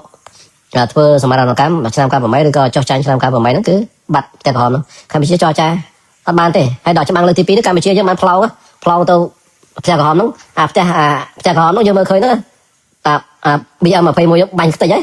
បាទសប្តាហ៍ហ្នឹងតាមធាននិយាយបាញ់ខ្ទេចផ្លោងទៅខ្ទេចហើយផ្ទះហ្នឹងបាទហើយថៃដកថយប្រហែលជា200 ម៉ែត្រចេញពីផ្ទះក្រហមហ្នឹងពួកយើងផ្លោងទៅខ្លាំងដែរណាដើម្បីច្បាំងយកវិញក៏ប៉ុន្តែធម្មតាយើងនៅជើងវានៅក្រោមវាហើយថៃវានៅលើអញ្ចឹងដល់ពេលបាត់ច្បាំងវាមកវិញវានៅប្រហែលជា100 ម៉ែត្រ200 ម៉ែត្រយើងនៅជើងព្រំនេះទៅយកមិនបានបាទដូច្នេះហើយធានយើងទទួលបានបញ្ជាមកឲ្យបាញ់ផងអញ្ចឹងដល់ថៃវាមកវិញមកវាយកផ្ទះក្រហមនៅដែរយើងអត់យកអត់បានទេយើងច្បាំងមានយើងនៅដើមតាមរយៈការច្បាំងនេះឆ្នាំ2025នេះលើកទី2នេះសង្គ្រាមលើកទី2នេះប៉ុន្តែច្បាំងអត់បានទេបាទយើងស្ដាយដែរនៅនេះចឹងដែរភ្នំត្រប់ចឹងណា BM21 បាញ់ទៅស្រោចចឹងទៅថៃវាដកប្រហែលជា200 ម៉ែត្រទៅ300 ម៉ែត្រដែរដកទៅថយទៅក្រោយហើយយើងនៅជើងភ្នំនេះនៅចង្កេះភ្នំនេះហើយផ្លោងទៅដល់កន្លើនោះហើយចណ្ដើខ្សែរ៉តហ្នឹងហើយចណ្ដើថ្មើរជើងហ្នឹងសំទោសចណ្ដើដែកហ្នឹងបាទគឺថៃបាញ់ប្រាច់ហើយនៅពេលដែលគ្រប់គ្រងបន្ទាប់ពីការបាញ់គ្នាលើកទី1អញ្ចឹងនៅពេលដែលច្បាំងហ្នឹងគឺកម្ពុជាយើងឡើងទៅមិនតាន់ថៃវានៅចិត្តហ្នឹងដីវាដីទំនៀមដីយើងដីឡើងទួលគេណាឡើងភ្នំហ្នឹងមកចោតហ្នឹងអញ្ចឹងឡើងអត់តាន់វាទេអញ្ចឹងវាមកយកកំពូលភ្នំត្រប់ដែរទៅមកលើកទី2នេះហើយខ្មែរយើងទៅអត់តាន់ទេទៅអត់តាន់វាឡើងតាមអត់តាន់វាមានផ្លូវដែរផ្លូវយើងវាងទៅដល់វាងទៅចាក់ច្រែងទៅសើមផ្លូវបេតុងហើយបានឡើងមកដល់កំពូលភ្នំត្រប់ទៅមិនតាន់វានៅប្រហែល200 ម៉ែត្រ300 ម៉ែត្រហ្នឹងវាមកកាន់កម្មហ្នឹងទី1ទី2ទៀងខ្មែរយើងទទួលបានបញ្ជាដោយតដៃថៃអត់បានទេវាត្រូវបាញ់វាបាញ់វាខ្វល់ទេអញ្ចឹងយើងចាញ់ព្រៀបវាចំណុចហ្នឹងឯងតំបន់ខ្លះគឺវាចូលបាន1គីឡូអញ្ចឹងណា mà tao bị bay thế bị trôi mà cái lô cái lắc đi cái lô à mà tại sao dương từ từ bọn chia đòi bánh thì bánh miếng đấy chứ đấy mà bánh ấy mình chia chẳng hay chẳng miếng là đọ thỏi thế chẳng việc mà đây là lưu rồi nhưng trái việc thay chẳng ai lời tìm mới còn trái việc thay à lời tìm pi còn trái việc thay đã bật cho bánh nữa lời tìm mới mà tao bị bật cho bánh thay giờ đồng bọn nào khác đấy và sao tao mắm thốm như cục lúa này về bánh cái này lời tìm mới mà tao bị bánh cái này giờ đọ thỏi từ từ mình chia đọ thỏi chẳng thay giờ và sao tao mắm thốm đấy lời tìm mới ấy cho sẽ giờ cục lúa này về bánh cái này mà ngay pi thay cái mình thay một đêm là lúc thiên dương tụi bọn chia đòi bánh to đấy đó thôi đó mình vô cho ăn say còn ở bên đó vô tích gì vô trùm rồi mua tàu mày mà nó mà đòi casino à mà lại là tiếp đàn bạc coi bị bọn chụp bánh phun châu chơi phun plei chan bên bánh kia này có phần té thay một đêm là luôn vô đó mà cái gì chắc như tranh tiếp thay à bật chụp bánh đằng mà tại sao thiên không ai nhớ người ta bánh này tụi bọn chia bánh này bánh mà bờ sân chia bánh mà còn đỏ đồng này thấy chọc cục tiết á nên mình đôi thấy việc bánh nhá xem là tôi làm đáng chán này bánh chụp bánh hay tôi thay bánh đi cái thằng bánhกับเพลิงnày miệng bánhกับเพลิงthùng rồi xem mà chỗ đây thay bánh nhá các bạn đấy chỗ cao mình bạch chỗ đây thấy về chỗ chỗ đây nó dương to đấy bánh chẳng dương miệng đỏ thôi dương bật mình chia dương bị tăng vậy mà bị tăng vậy người ta ở một cô sức thể hiện là này sao bánh chất đó mơ chết đây rồi mới thay nhá thay ra này sao bánh chất đó mà tao bánh đâu bánh miếng và bây giờ bánhกับเพลิงthùng bánhกับเพลิงnày thì các bạn nhớ được buông cho đó này bây giờ mình to thì miệng bật chụp bánh lần tí muối mà chúng tôi flop một hai flop như vậy đấy phần này phát chưa mình chưa được xua thêm chưa bóng hiện tập em chứ mà bánh cái này như là bố trái là nó và sao khả năng nó to bị bật chụp bánh tí muối nó buông mà đã luôn trong có ai phù nó pet à mà nó đòi bị cà mà nó thiên thay mạnh đó to bị bật chụp bánh đó là tí pí nó được làm sao chứ cho trái này phun chụp chơi phunไปchăn bên video phần này nè về bánh cái này nó bên đâu thay cầm mẫu luôn mà hay chỉ bị cho ban mà cái lô đây giống tao đâu bật chụp bánh hay bị cho mà cái lô cái hao màสมัยเราลบไทยมันนั่นก็ตัวสกอร์เนี่ยนะแบบเพลย์บางอย่างนี้เราดูเท่ถอดบางอย่างไปโจรมานั่นก็สัญญาต้องไปโจรมาในการพัฒนามาแล้วใช่เวียนจังไงมาต่อไปบัตรชุบใบให้ไปโจรมาโดยยมทายจังพนมตรอบไปบางอย่างนี้เป็นเอาปีเลยแมทปีกับปูพนมตรอบบางอย่างนี้ไปโจรมากับปูพนมตรอบโดยเราจะกระหอมหรือพามือได้จะบอกจังไปดอกปีเลยแมทบางอย่างนี้ไปโจรได้เลยเนี่ยปูมจกใจปูมไปจันvề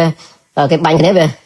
cặp bàn phải chia một lô đây thế tao là bánh cái này hết trôi phải chia pi lô đây một lô đây chia nhé để cho mình ta đã bật chụp bánh này dương tranh tiệp thay mình tiền mà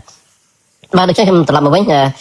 mình thay dương mình ai tiền tiền bàn một thế từ đây đại bật vào nó từ thiệt cho bạn thấy đời dương thay chắc là tham mọi đây được tiền tầm một nắng dương tiền tiền tăng pi năm cao số muối có phần té cho trái thay mà mới thế vậy vậy và sao nó cọ thúng nước mình trái còn dễ thôiสมัยต่อสู้ชนะจัดผมบุญดอล8 ใบนั้นก็เอากันไล่ภาษาตะคุ้มก็เอากันไล่ภาษาตะทุ่มนั่นคือเมียนมันกูใส่สปีปันในสับไทยมันกูใส่สปีมาการปีกันไล่ภาษาตะทุ่มนั้นไทยเชียปีกับมาเชียงมาดอลพุ่มประจานเนี่ยมากูใส่ใบนั้นเอากันไล่ภาษาตะทุ่มđấyมาดอลพุ่มประจานnàyสับไทยโจปีกับมาเชียงได้ลงมาในกัดบอกมันกูมาดอลสอนนั่นคือเราตีตังสมัยไหนมาจังภาษาตะทุ่มนั้นthay cục rốn sam cao số mùi ta, pro sam chặtผมbuôn đo 8 ใบ lúc nhưng mình thay cục rốn, bị 8 ใบ là cao mùi nắng, là nạ xe đó, lục ta sơn sang cục rốn, mà nạ xe đó, bị chia bạc cái mà, chắc là cái sạt nó cao thùng nó thay mà lo dừng bên này đấy, có cốt bị 8 ใบ chưa bao giờ, thay cục rốn, dù hỏi tăng vì sớm mai, tu sập vật thì chặt sập ấy mà nó 8 sập ấy mà, rồi đó là sập cái áp vật đuôi hái cái mình có lo dừng mình này nhé, chắc mình thay nó pe đời Campuchiaเราถ่ายบาลงมาแล้วส้มจอจ้าคณะกรรมการพรมแดนจำเราJBC นั้นไทยอัดเมนจอจ้าเลยจำดอลเมรัฐวิบาลทำไมมันจอจ้ากันนี่เฮ้ยcái thàรัฐวิบาลสับทำไมคือจะรัฐวิบาลจำเสียเฮ้ยcái vô lại chẳng làm mấy cái đi mà la luôn cái ấy cái đã công từ nữa cái thuê tiết cái chú cha cháuต่อมาcái thuê tiết cái nên thuê plau thon cái thuê tiết thuê chia tiết sầm bay ở chia bọt cái chạy đây ở chia bọt cáiต่อมาcái thuê chia sả riêng mình tiเป็ดวัดอารามnhé được phun mà bộ mùi rồi cho sầm bờ chứ và xong thấy xong ra thầy bà thấy thuê hoạt động nữa thế tí cái thuê hoạt động nữa tới xa an sát thì tiết cái thuê plau hay cái thuê tao xe nữa thấy cái nâng ở vị trí cái mình đồ nào tin nắng đấy mình plau thon mình là điểm tí tiết cái bị bọt vô tới chứ đây bao cái đôi cọc của chân nhé nâng cái thuê chẳng á mà hay cả na cái thuê chẳng bán nhưng bị bạn tìm tí hay cả na cái căn cặp vô tới tôi chưa được bỏ kế nâng cái hào thà cô ca được bắt tổ mình ha គោលការណ៍នៃការកាន់កាប់ចាស់ស្ដែងតែណាកាន់កាប់ចាស់ស្ដែងយូរទៅការតវ៉ារបស់យើងវាកាន់តែខ្សោយទៅវាសមទៅជាទឹកដីរបស់គេហើយទោះបីយើងឡើងទៅតុលាការអន្តរជាតិថាក៏ដោយគេថាអូអ្នកយើងគេគ្រប់គ្រងអញ្ចឹងហើយមានប្រវត្តិនៃការគ្រប់គ្រងអញ្ចឹងហើយអ្នកឯងមិនដែលតវ៉ាទៀតអាហ្នឹងទៅជាទឹកដីរបស់គេហើយបើយើងនៅតវ៉ាហ្នឹងវាជាផ្លូវច្បាប់យើងនៅអាចតវ៉ាបានណាដូច្នេះយើងពិបាកហើយក្នុងការទៀមមកវិញ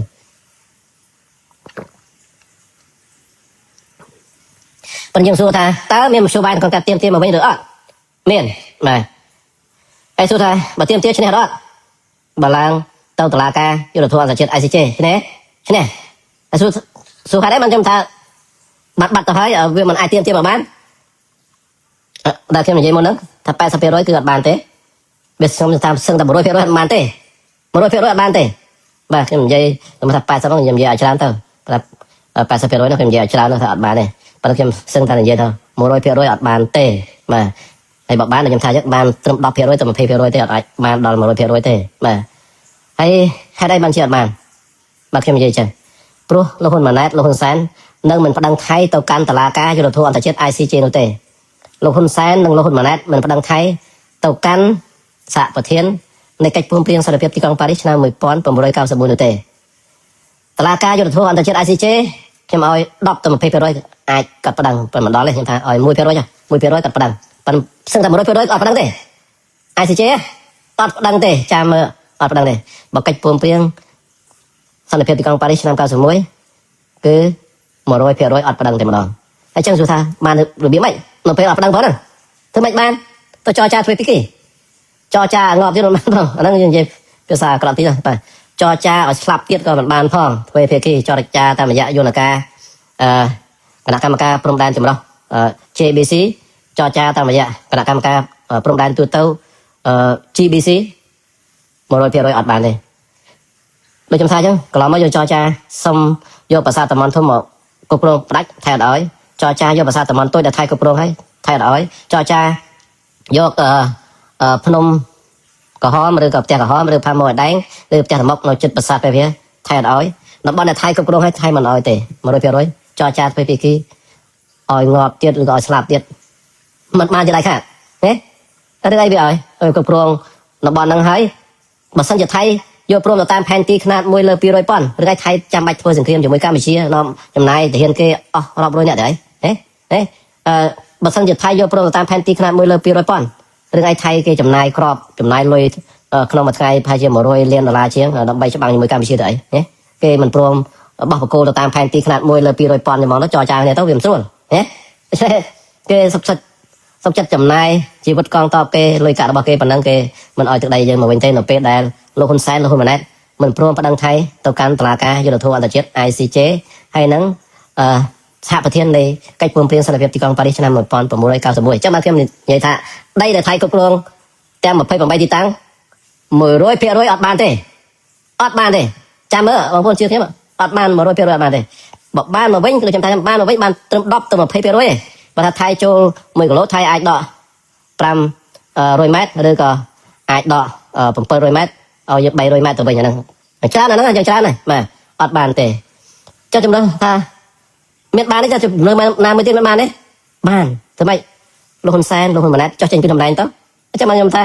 នេះទឹកដី28តំបន់នេះខ្ញុំសូមឲ្យអង្វរចិត្តទៅលោកហ៊ុនម៉ាណែតបាទខ្ញុំសូមអំពះបាទខ្ញុំសូមលើកដៃសំពះគាត់បាទលើកដៃសំពះគាត់ឲ្យគាត់ចុះចេញពីតំណែងទៅដើម្បីជួយទឹកដីខ្មែរយើងឲ្យបានត្រឡប់មកវិញបាទសូមលោកហ៊ុនសែនលោកម៉ាណែតស្ម័គ្រចិត្តបាទបើស្រឡាញ់ទឹកដីមានគឺសូមចុះចេញពីតំណែងបាទហើយអានេះដើម្បីសោចស្រង់ទឹកដីរបស់យើងមកវិញបាទអានេះបើសិនជាគាត់ជាខ្មែរហើយគាត់ស្រឡាញ់ទឹកដីបាទខ្ញុំសូមអង្វរអញ្ចឹងគឺថាជាការទទួលខុសត្រូវក្នុងនាមជាមេដឹកនាំប្រទេសដែលធ្វើឲ្យបាត់បង់ទឹកដីខ្មែរយើងចំនួន28ទីតាំងសូមអញ្ជើញបាទសូមអញ្ជើញដោយសេចក្ដីចិត្តដោយសន្តិវិធីចុះចេញពីតំណែងបាទដើម្បីឲ្យខ្មែរយើងអាចការពារទឹកដីរបស់យើងបានឡើងវិញបាទដើម្បីឲ្យមានមេដឹកនាំថ្មីដែលអាចមកសោយស្រង់ទឹកដីនេះដើម្បីទាមទារទឹកដីនោះមកវិញបាទហើយបើសិនជាលោកហ៊ុនសែនលោកហ៊ុនម៉ាណែតគាត់ចុះចេញបាទខ្ញុំនឹងប្រាប់ពីវិធីដើម្បីយកទឹកដីមកវិញតាមវិធីណាបានអានោះខ្ញុំនឹងខ្ញុំប្រាប់ចំណុចហ្នឹងហើយបើសិនជា បកគលមកឲ្យខ្ញុំឬរដ្ឋាភិបាល$23យើងជឿថាយើងអាចទៀមទាទឹកដីនឹងបានមកវិញប៉ុន្តែបើសិនជាលោកហ៊ុនសែនលោកហ៊ុនម៉ាណែតគាត់មិនចោះចេញទេគឺថាទឹកដីនឹងដូចខ្ញុំថាអញ្ចឹងគឺបាត់បង់ហើយបងប្អូនជឿខ្ញុំបាត់បង់100%មិនអាចយកមកវិញបានទេក៏ទៅចរចាស្វេគេមិនបានមកវិញហើយសួរថាហេតុអីបានជាលោកហ៊ុនម៉ាណែតមិនប្តឹងខ្ញុំមិនចង់បញ្ចេញវីដេអូហ្នឹងគណៈបព្វជិជនគេចេញប៉ុន្តែខ្ញុំអត់ដែលបកស្រាយទេព្រោះវាខាតប្រយោជន៍ខ្មែរយើងដែរប៉ុន្តែបើសិនជាអត់ប្រាប់ទេគឺថាប្រជាប្រដ្ឋអត់ដឹងបាទជាប្រដ្ឋសួរខ្ញុំថាហេតុអីបានជាលោកហ៊ុនម៉ាណែតអត់ប្តឹងបាទលោកក្លាមជាបងប្អូនខ្លះបានមើលវីដេអូហ្នឹងហើយមានអ្នកបញ្ចេញវីដេអូហ្នឹងហើយឆ្នាំ2015លោកក្លាមជាបាននិយាយនៅពេលហ្នឹងគាត់មិនតន់ខ្លាយជារដ្ឋមន្ត្រីនៃរដ្ឋលេខាធិការដ្ឋានកិច្ចការព្រំដែនទេគាត់និយាយថាបើសិនជាប្តឹងថៃឬវៀតណាមទៅកាន់តុលាការយុត្តិធម៌អន្តរជាតិ ICJ បើសិនជាវៀតណាមឬថៃគេមិនឡើងទៅទេបាទគឺតុលាការICJ ហ្នឹងគេមិនកាត់សេចក្តីរឿងហ្នឹងទេមានថាដល់បើសិនជាថៃមិនទទួលស្គាល់យុត្តិធម៌របស់ ICJ នោះទេគឺ ICJ នឹងមិនកាត់ក្តីនោះទេដូច្នេះមូលហេតុទាំងអស់ហ្នឹងហើយទៅគាត់អត់អាចប្តឹងទៅ ICJ ទេបងប្អូនចាំឲ្យសេះដោះស្នែងទៀតក៏មិនអាចឃើញមិនដឹងរបស់លោកហ៊ុនម៉ាណែតទៅ ICJ ដែរអ្វីដែល6ខែជាងមុននេះគាត់បានដាក់ទៅ ICJ ហ្នឹងគ្រាន់តែជាសេចក្តីជូនដំណឹងដើម្បីបំភ័យថៃឲ្យថៃឡើងទៅ ICJ តែប៉ុណ្ណោះឯងប៉ុន្តែពាក្យមិនដឹងអត់មានទេបើសិនជាមាន6ខែជាងហើយគេក៏ហៅថៃហើយថានេះឥឡូវកម្ពុជាប្តឹងថៃឯងព្រមឡើងទៅ ICJ ជាមួយកម្ពុជាទេបាទហើយបើសិនជាគាត់ប្តឹងICJ គេប្រកាសជូនជាសេចក្តីជូនដំណឹងសម្ដៅមួយទៅខាងមេធាវីរបស់រដ្ឋាភិបាលលោកហ៊ុនម៉ាណែតថាឥឡូវគេបានទទួលពាក្យម្ដងហើយសូមដាក់នៅផុសតាងឯកសារបន្ថែមទៀតដើម្បីដាក់ទៅ ICJ ហើយមេធាវីដែលលោកប្រាក់សិខុនដែលរៀបចំថាបានដាក់ពាក្យម្ដងហ្នឹងក៏ត្រូវរៀបចំឯកសារដាក់បន្ថែមទៀតទៅ ICJ ក៏ប៉ុន្តែមានតែដាក់ឯកសារបន្ថែមទេធម្មតាដាក់ទៅមុនដំបូងនោះវាមិនអាចអស់សំណុំរឿងទេហើយឃើញមិនតិចហ្នឹងមានឯកសារអីនៅហ្នឹងគាត់ជូនដំណឹងហ្នឹងឯកសារវាយ៉ាងហោចមកកំភ្លុះប៉ុណ្នេះយ៉ាងហោចប៉ុណ្ណេះមានឃើញលោកប្រាក់សុខុនអីឲ្យតំណាងឯកអរដ្ឋទូតគាត់ទៅដាក់មិនបានកម្រាស់មកចុកអល់ដៃផងមិនក៏ទៅដាក់ឲ្យមកស្លាកហ្នឹងមកស្លាកជូនដំណឹងដែរធម្មតាឯកសារខ្ញុំថាបោះតាយ៉ាងហោចនេះកំពុះនេះតិចហើយអត់តាន់ឃើញដាក់ផងណាអញ្ចឹងមានប៉ណ្ណឹងហើយអត់ទេដូច្នេះអត់អាចប៉ណ្ណឹងហ្នឹងមូលហេតុអត់ប៉ណ្ណឹងគឺថាដោយសារលោកឡាំជាគាត់ថាប៉ណ្ណឹងអត់បាននៅពេលដែលថៃអត់ទទួលស្គាល់យុត្ថាធិការរបស់ ICJ បាទអាហ្នឹងគាត់បកស្រាយអញ្ចឹងណាបាទហើយមួយទៀតដែលអត់ប៉ណ្ណឹងដោយសារអីដោយសារលោកហ៊ុនសែនលោកហ៊ុនម៉ាណែតនេះគាត់ចង់ត្រូវជាមួយថៃទៅដើម្បីឲ្យអាលបែងឆបោកតាមអនឡាញដំណើរការទៅវាអាចចិញ្ចឹមឆ្នាំងបាយគណៈបព្វជិជនហើយនឹងអំណាចរបស់គាត់បានណាហើយមួយទៀតកុំឲ្យថៃគេបង្កអតបសម្បត្តិលេចុងផាត់អង្គញាលេចុងផាត់អង្គញាកុកអានអង្គញាជីនស៊ីកុំឲ្យចេញនៃការចាប់ខ្លួនអង្គញាលេចុងផាត់ហើយនឹងកុកអានអញ្ចឹងទៅដើម្បីកុំឲ្យបង្កអតបសម្បត្តិពួកហ្នឹងទៅអាចយកលុយហ្នឹងមកជួយគណៈបព្វជិជនឃើញទេដូច្នេះគឺគណៈប្តឹងថៃទៅវាអាចប៉ះពាល់ទៅដល់លបាយអនឡាញដែលជាឆ្នាំងបាយរបស់ពួកគាត់របស់គណៈបព្វជិជនឃើញទេហើយគណៈប្តឹងថៃទៅជាការថៃខឹងច្បាស់គ្នាមកទៀតតំណាក់តកូលហ៊ុនពីអំណាចទៅឬក៏យកយន្តហោះ F16 ឬក៏ Gripen ឬក៏ T50 ហ្នឹងមកតំណាក់លើផ្ទះលោកហ៊ុនសែនលោកហ៊ុនម៉ាណែតទៅមិនចប់លោកហ៊ុនកាន់អំណាចនេះកើតទេដូច្នេះមូលហេតុទាំងអស់ហើយទៅគាត់អត់ប្តឹងទេបាទមិនប្តឹងទេមកទៅ ICJ ហើយប្តឹងទៅសហប្រធាននៃកិច្ចព្រមព្រៀងសន្តិភាពទីក្រុងប៉ារីសឆ្នាំ91គឺ 100% អត់ប្តឹងទេដូច្នេះហើយមូលហេតុទាំងអស់ហ្នឹងហើយទៅខ្ញុំបានប្រាប់ថា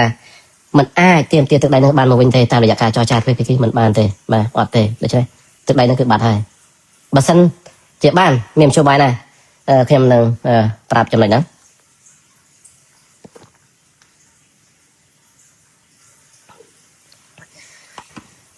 បើសិនជាទៀមទាទឹកដីនឹងចង់បានមកវិញជំរឿនមានតែមួយទេគឺដូចខ្ញុំថាអញ្ចឹងលោកហ៊ុនសែនលោកហ៊ុនម៉ាណែតចោះចេញទៅបាទខ្ញុំសូមបង្គាប់គឺចោះចេញទៅបាទចោះចេញពីអំណាចទៅបាទបើសន្តិវិធីទៅឲ្យមានអ្នកផ្សេងរដ្ឋាភិបាលឯករាជ្យ$23ក៏បានឬក៏អ្នកណាដែលមានកំណត់ស្នេហាជាតិជាងតកូលហ៊ុនជាងលោកហ៊ុនសែនលោកហ៊ុនម៉ាណែតកាន់អំណាចទៅក្នុងគណៈបព្វជិជនក៏ឲ្យតែមានឆន្ទៈក្នុងការការពារទឹកដីឡើងកាន់អំណាចទៅក៏បានដែរបាទហើយដល់ពេលហ្នឹងនៅពេលដែលមានរដ្ឋាភិបាលថ្មីហើយគឺរដ្ឋាភិបាលថ្មីហ្នឹងគឺត្រូវដាក់សំណុំរឿងទៅកាន់តុលាការយុត្តិធម៌អន្តរជាតិ ICJ ទៅកាន់សហប្រធាននៃកិច្ចព្រមព្រៀងសន្តិភាពទីក្រុងប៉ារីសឆ្នាំ1991ពេលហ្នឹងដោយករណីរឿង ប្រាសាទព្រះវិហារចឹងយើងទៀមទាតាមផ្លូវច្បាប់អញ្ចឹងគឺយើងអាចទៀមទាទឹកដីហ្នឹងបានមួយហើយពេលហ្នឹងមិនត្រឹមប៉ុណ្ណឹងគឺលេងមែនទៀតហ្មងប្តឹងថៃទៅកាន់តុលាការព្រំប្រទានអន្តរជាតិ ICC ទៀតពីបទអក្រិតដែលថៃទម្លាក់ក្របបែកមកលើផ្ទះប្រជាពលរដ្ឋសាលារៀនមន្ទីរពេទ្យផ្លូវថ្នល់មកលើប្រជាពលរដ្ឋខ្មែរដែលស្លាប់ច្រើនហើយបាទបើគិតទាំងក្របផ្លូវហ្នឹងគឺ30នាក់របួសប្រហែលជា700នាក់ហើយនឹងថៃប្រើក្របបែកចង្កោមថៃប្រើផ្សែងពុលថៃទម្លាក់ក្របបែកនឹងផ្លូវមកខូចប្រាសាទព្រះវិហារប្រាសាទតាកបីណាហើយចាប់រំលោភនារីខ្មែរយើងដែលឆ្លងដែនបាទបាញ់សម្រាប់ប្រជាពលរដ្ឋស្លាប់ម្នាក់នៅភូមិជោគជ័យភូមិព្រៃច័ន្ទណាបាទមុនសង្គ្រាមហ្នឹងបាទនៅភូមិព្រៃច័ន្ទណាបាទនៅភូមិព្រៃច័ន្ទហើយនឹងបានរបួសធ្វើបាញ់របួស3នាក់ទៀតបាទសុទ្ធជាបទអក្រិតដែលត្រូវប្រឹងគឺប្រឹងថៃពីបទអក្រិតនៃការដែលថៃបានសម្លាប់ប្រជាពលរដ្ឋខ្មែរជាពិសេសជនស៊ីវិលនិងកុមារណាបំផ្លិចបំផ្លាញផ្ទះសម្បែងរបស់ជនស៊ីវិលណាអាហ្នឹងជាសិទ្ធិបទអក្រិតគឺប្រឹងថៃពីបទអក្រិតប្រឆាំងនឹងមនុស្សជាតិបទអក្រិតសង្គ្រាមបាទប្រឆាំងនឹងសង្គ្រាមសំទោសបទអក្រិតកម្មសង្គ្រាមបាទហ្នឹងដែលយើងត្រូវប្រឹងអាហ្នឹងដើម្បីជាការដាក់សម្ពាធទៅថៃហើយបើសិនជាយើងមិនធ្វើអញ្ចឹងគឺយើងមិនអាចទៅចរចាទ្វេភាគីជាមួយថៃបានទេបាទហើយអាហ្នឹងដែលថាយើងអាចបានយកមកវិញបានគឺចំណេះមានតែពីរហ្នឹងទេមានតែឲ្យលោកហ៊ុនសែនលោកហ៊ុនម៉ាណែតចុះចេញទៅទី2ឲ្យមានរដ្ឋាភិបាលថ្មីដើម្បីប្តឹងទៅ ICJ ហើយនឹងទៅសហប្រធាននៃកិច្ចព្រមព្រៀងសន្តិភាពទីក្រុងប៉ារីសឆ្នាំ91ចំណេះមានតែប៉ុណ្្នឹងហើយបើសិនជាចំណេះការប៉ុណ្្នឹងអត់មានទេបងប្អូនខ្ញុំអត់ឃើញចំណេះណាដែលផ្សេងទេខ្ញុំធ្វើកិច្ចការព្រំដែនកន្លះជីវិតរបស់ខ្ញុំហើយខ្ញុំនិយាយនេះគឺថាខ្ញុំមានបទពិសោធន៍នៃកិច្ចការព្រំដែននោះច្រើនហើយគឺมันអាចតាមរយៈការចរចាទ្វេភាគីទឹកដីដែល28តំបន់ហ្នឹងគ្រាន់តែកោតទោសគ្រាន់តែតវ៉ាអត់ដឹងអត់បានការទេអត់ប្រយោជន៍ថៃក៏អត់ខ្លាចដែរចឹងមិនថៃ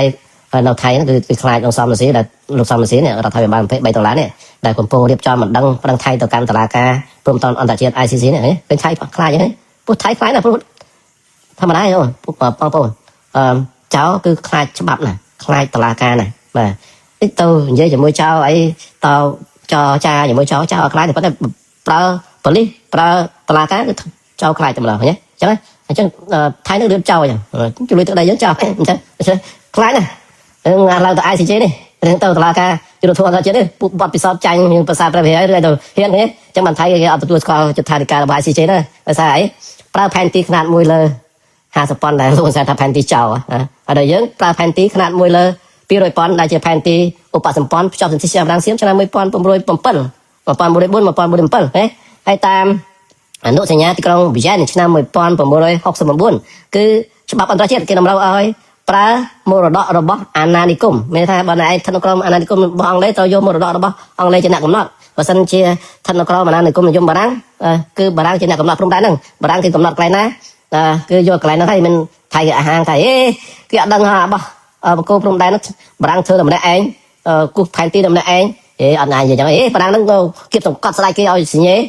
មិនអាចនិយាយចឹងបានទេច្បាប់អន្តរជាតិមិនអាចនិយាយចឹងបានទេគេប្រាប់ថាអនុសញ្ញាទីក្រុងវីយ៉ែនឆ្នាំ1969គេតម្រូវឲ្យយកមរតករបស់អាណានិគមដើម្បីរក្សាសណ្ដាប់ធ្នាប់និងសន្តិសុខពិភពលោកណាអាហ្នឹងគេចែងអញ្ចឹងបាទហើយបើតាមគោលការណ៍ Oiti Posidetis គោលការណ៍ព្រំដែននិងកែប្រែគឺគេឲ្យយកមរតករបស់អាណានិគមបើចេះថៃឯងទៅនិយាយយកផែនទីខ្នាត1លើ50ប៉ុណ្ណមកបើសិនឡើងទៅតុលាការយុត្តិធម៌អន្តរជាតិ ICJ អត់ហ៊ានយកផែនទីហ្នឹងទៅទេហើយបើទៅក៏ទទួលមុខដែរអត់ហ៊ានបើបុកចេះទេប្រកាសជាសុំទទួលមុខឲ្យទៅព្រោះទៅយកហ្នឹងទៅឲ្យតុលាការគេសាយងល់តែចេះច្បាប់ហ្នឹងចេះមេតាវីហ្នឹងដែលរៀនសម្រាប់ហ្នឹងមកយកអាផែនទីចៅហ្នឹងមកប្តឹងតុលាការអាណាគេទទួលស្គាល់ផែនទីគូម្នាក់ឯងហ្នឹងគូខ្លួនឯងហ្នឹងហើយមូលហេតុហ្នឹងហើយបានថៃខ្លាចណាស់ ICJ ខ្លាចណាស់ ICC បាទដូចខ្ញុំថាអញ្ចឹងដូច្នេះមានតែសំខាន់តើតែមានរដ្ឋាភិបាលថ្មីទៅអាចយកទឹកដី28តំបន់នឹងបានបើសិនជាគ្មានរដ្ឋាភិបាលថ្មីគ្មានមេដឹកនាំថ្មីកុំសង្ឃឹមថាបានទឹកដីនឹងបានវិញ 100% បាត់បើសិនជាថៃឲ្យមកវិញខ្ញុំថាថៃចិត្តដកថយតំបន់ខ្លះឲ្យយើង 10% ទៅ 20% អស់ហើយអត់អាចលើនោះទេដូច្នេះជារឿងមួយតែយើងសោកស្ដាយទឹកដីខ្មែរយើងនឹងបាត់បង់ហើយដូច្នេះបងប្អូនភូមិជោគជ័យភូមិព្រៃច័ន្ទខ្ញុំមិននិយាយបំភ័យទេគឺថាសូម សំណើទៅរដ្ឋាភិបាលទៅលោកហ៊ុនម៉ាណែតទៅសូមឲ្យរកដីកន្លែងផ្សេងផ្ទះកន្លែងផ្សេងឲ្យពួកគាត់ទៅបាទបើសិនជាទុកឲ្យពេលគាត់ទៅឥឡូវថាទុកពេលឲ្យលោកហ៊ុនសែនលោកហ៊ុនម៉ាណែតមួយឆ្នាំជាងបើសិនជាមួយឆ្នាំជាងឬទៅ2ឆ្នាំយ៉ាងច្រើនអត់ឃើញទេបងប្អូនមិនខ្ញុំញុះញង់ណាបងប្អូនឡើងមកតវ៉ានៅភ្នំពេញមកផ្ទះលោកហ៊ុនសែនលោកហ៊ុនម៉ាណែតហ្នឹងហើយធ្វើបាតកម្មធំទេធំតែម្ដងបងប្អូនថាអត់បាត់ដីស្រែបាត់ចំការអត់មិនអាចរស់នៅបានទេហើយផ្ទះគាត់ដីមួយចំនួនគឺខ្ចីលុយធនាគារវាពាក់លុយធនាគារធ្វើផ្ទះបងប្អូនខ្មែរយើងភាគច្រើនគឺពាក់លុយធនាគារហើយអត់ដីអត់ផ្ទះទៅនៅយ៉ាងម៉េចហើយអត់កូនអត់បានទៅរៀនសូត្រអត់បានទៅធ្វើការឲ្យរស់នៅយ៉ាងម៉េចដូច្នេះបើសិនជាក្នុងរយៈពេលទុកឲ្យគាត់1ឆ្នាំឬក៏1ឆ្នាំកន្លះយ៉ាងច្រើន2ឆ្នាំគេថាឲ្យគាត់ដោះស្រាយទៅបើដោះស្រាយអញ្ចឹងគឺបបកម្មមកផ្ទះលោកហ៊ុនសែនលោកហ៊ុនម៉ាណែតសូមឲ្យយកដីនោះអត់បានបើយកអត់បានទេជំនួសចុងក្រោយសូមទាមទារឲ្យរកដីផ្ទះសម្បែងហើយនឹងធ្វើផ្ទះឲ្យគាត់ដូច្នេះលោកហ៊ុនម៉ាណែតគឺគួរតែកុំឲ្យគាត់នៅក្រំតង់ចឹងទៀតគឺថាវាអាចកើតជំងឺកូនចៅមិនបានទៅរៀនសូត្រហើយកើតជំងឺទៀតបាទជំងឺឆ្លងជំងឺសង្កាត់ច្រើនណាស់ដូច្នេះសូមរកដីកន្លែងថ្មីបាទហើយនឹងធ្វើផ្ទះឲ្យគាត់ដោយ free ទៅដោយមិនគិតថ្លៃទៅឲ្យគាត់នៅកន្លែងណាដែលគាត់អាចរស់នៅបានហើយនឹងមានទីផ្សារមានសាលារៀនមានមន្ទីរពេទ្យគាត់អាចមានមុខរបរឲ្យគាត់អាហ្នឹងធ្វើចេះទៅអត់អាចទេដីមិនអាចទេបងប្អូននៅជោគជ័យនៅប្រទេសច័ន្ទមកនៅថ្មដាវាអាចបានខ្លះអាចអត់ប៉ុន្តែខ្ញុំជឿថាវាច្រើនអត់ទេទៅរកដីកន្លែងផ្សេងទៅបាទរដ្ឋាភិបាលលោកហ៊ុនម៉ាណែតគឺរកដីឲ្យគាត់ទៅនៅខាងបឹងតគួនអាចថយខ្លះអាចអត់ដែរអញ្ចឹងរកដីកន្លែងផ្សេងទៅនៅអូស្មាអញ្ចឹងដែរមិនបានទេបាទវាអាចថយខ្លះអាចអត់មិនថយដល់កន្លែងដើមទេអាចអត់បានទេអញ្ចឹងភាគច្រើនគឺមិនបានទេសូមឲ្យរកដីនៅផ្ទះធ្វើផ្ទះគាត់នៅកន្លែងផ្សេងទៅបាទនៅជំរឿចុងក្រោយបាទជំរឿដែលល្អបំផុតហើយបាទបើសិនជានៅចាំទៀតគឺអត់មានដំណោះស្រាយទេបាទมันអាចទេបាទហើយយើងសួរថានិយាយអត់ដែលស្គាល់ផែនទីអត់ដែលស្គាល់សិក្សាពីផែនទីអត់ដឹងច្បាប់អីទេបាទខ្ញុំសិក្សាពីផែនទីនោះយូរឆ្នាំហើយច្បាប់ហ្នឹងក៏សិក្សាច្រើនហើយมันអាចទេបាទជាមួយថៃយើងចរចាជាមួយថៃច្រើនហើយនៅពេលដែលថៃគ្រប់គ្រងតំបន់ណាមិនដែលថៃប្រគល់មកឲ្យយើងទេដោយប្រាសាទតំបន់តូចដោយផ្ទះក្រហមដោយផ្ទះតមុកឬផាមួយដែងដោយប្រាសាទស្រកក់ធំប្រាសាទតំបន់ធំហ្នឹងក៏ដោយ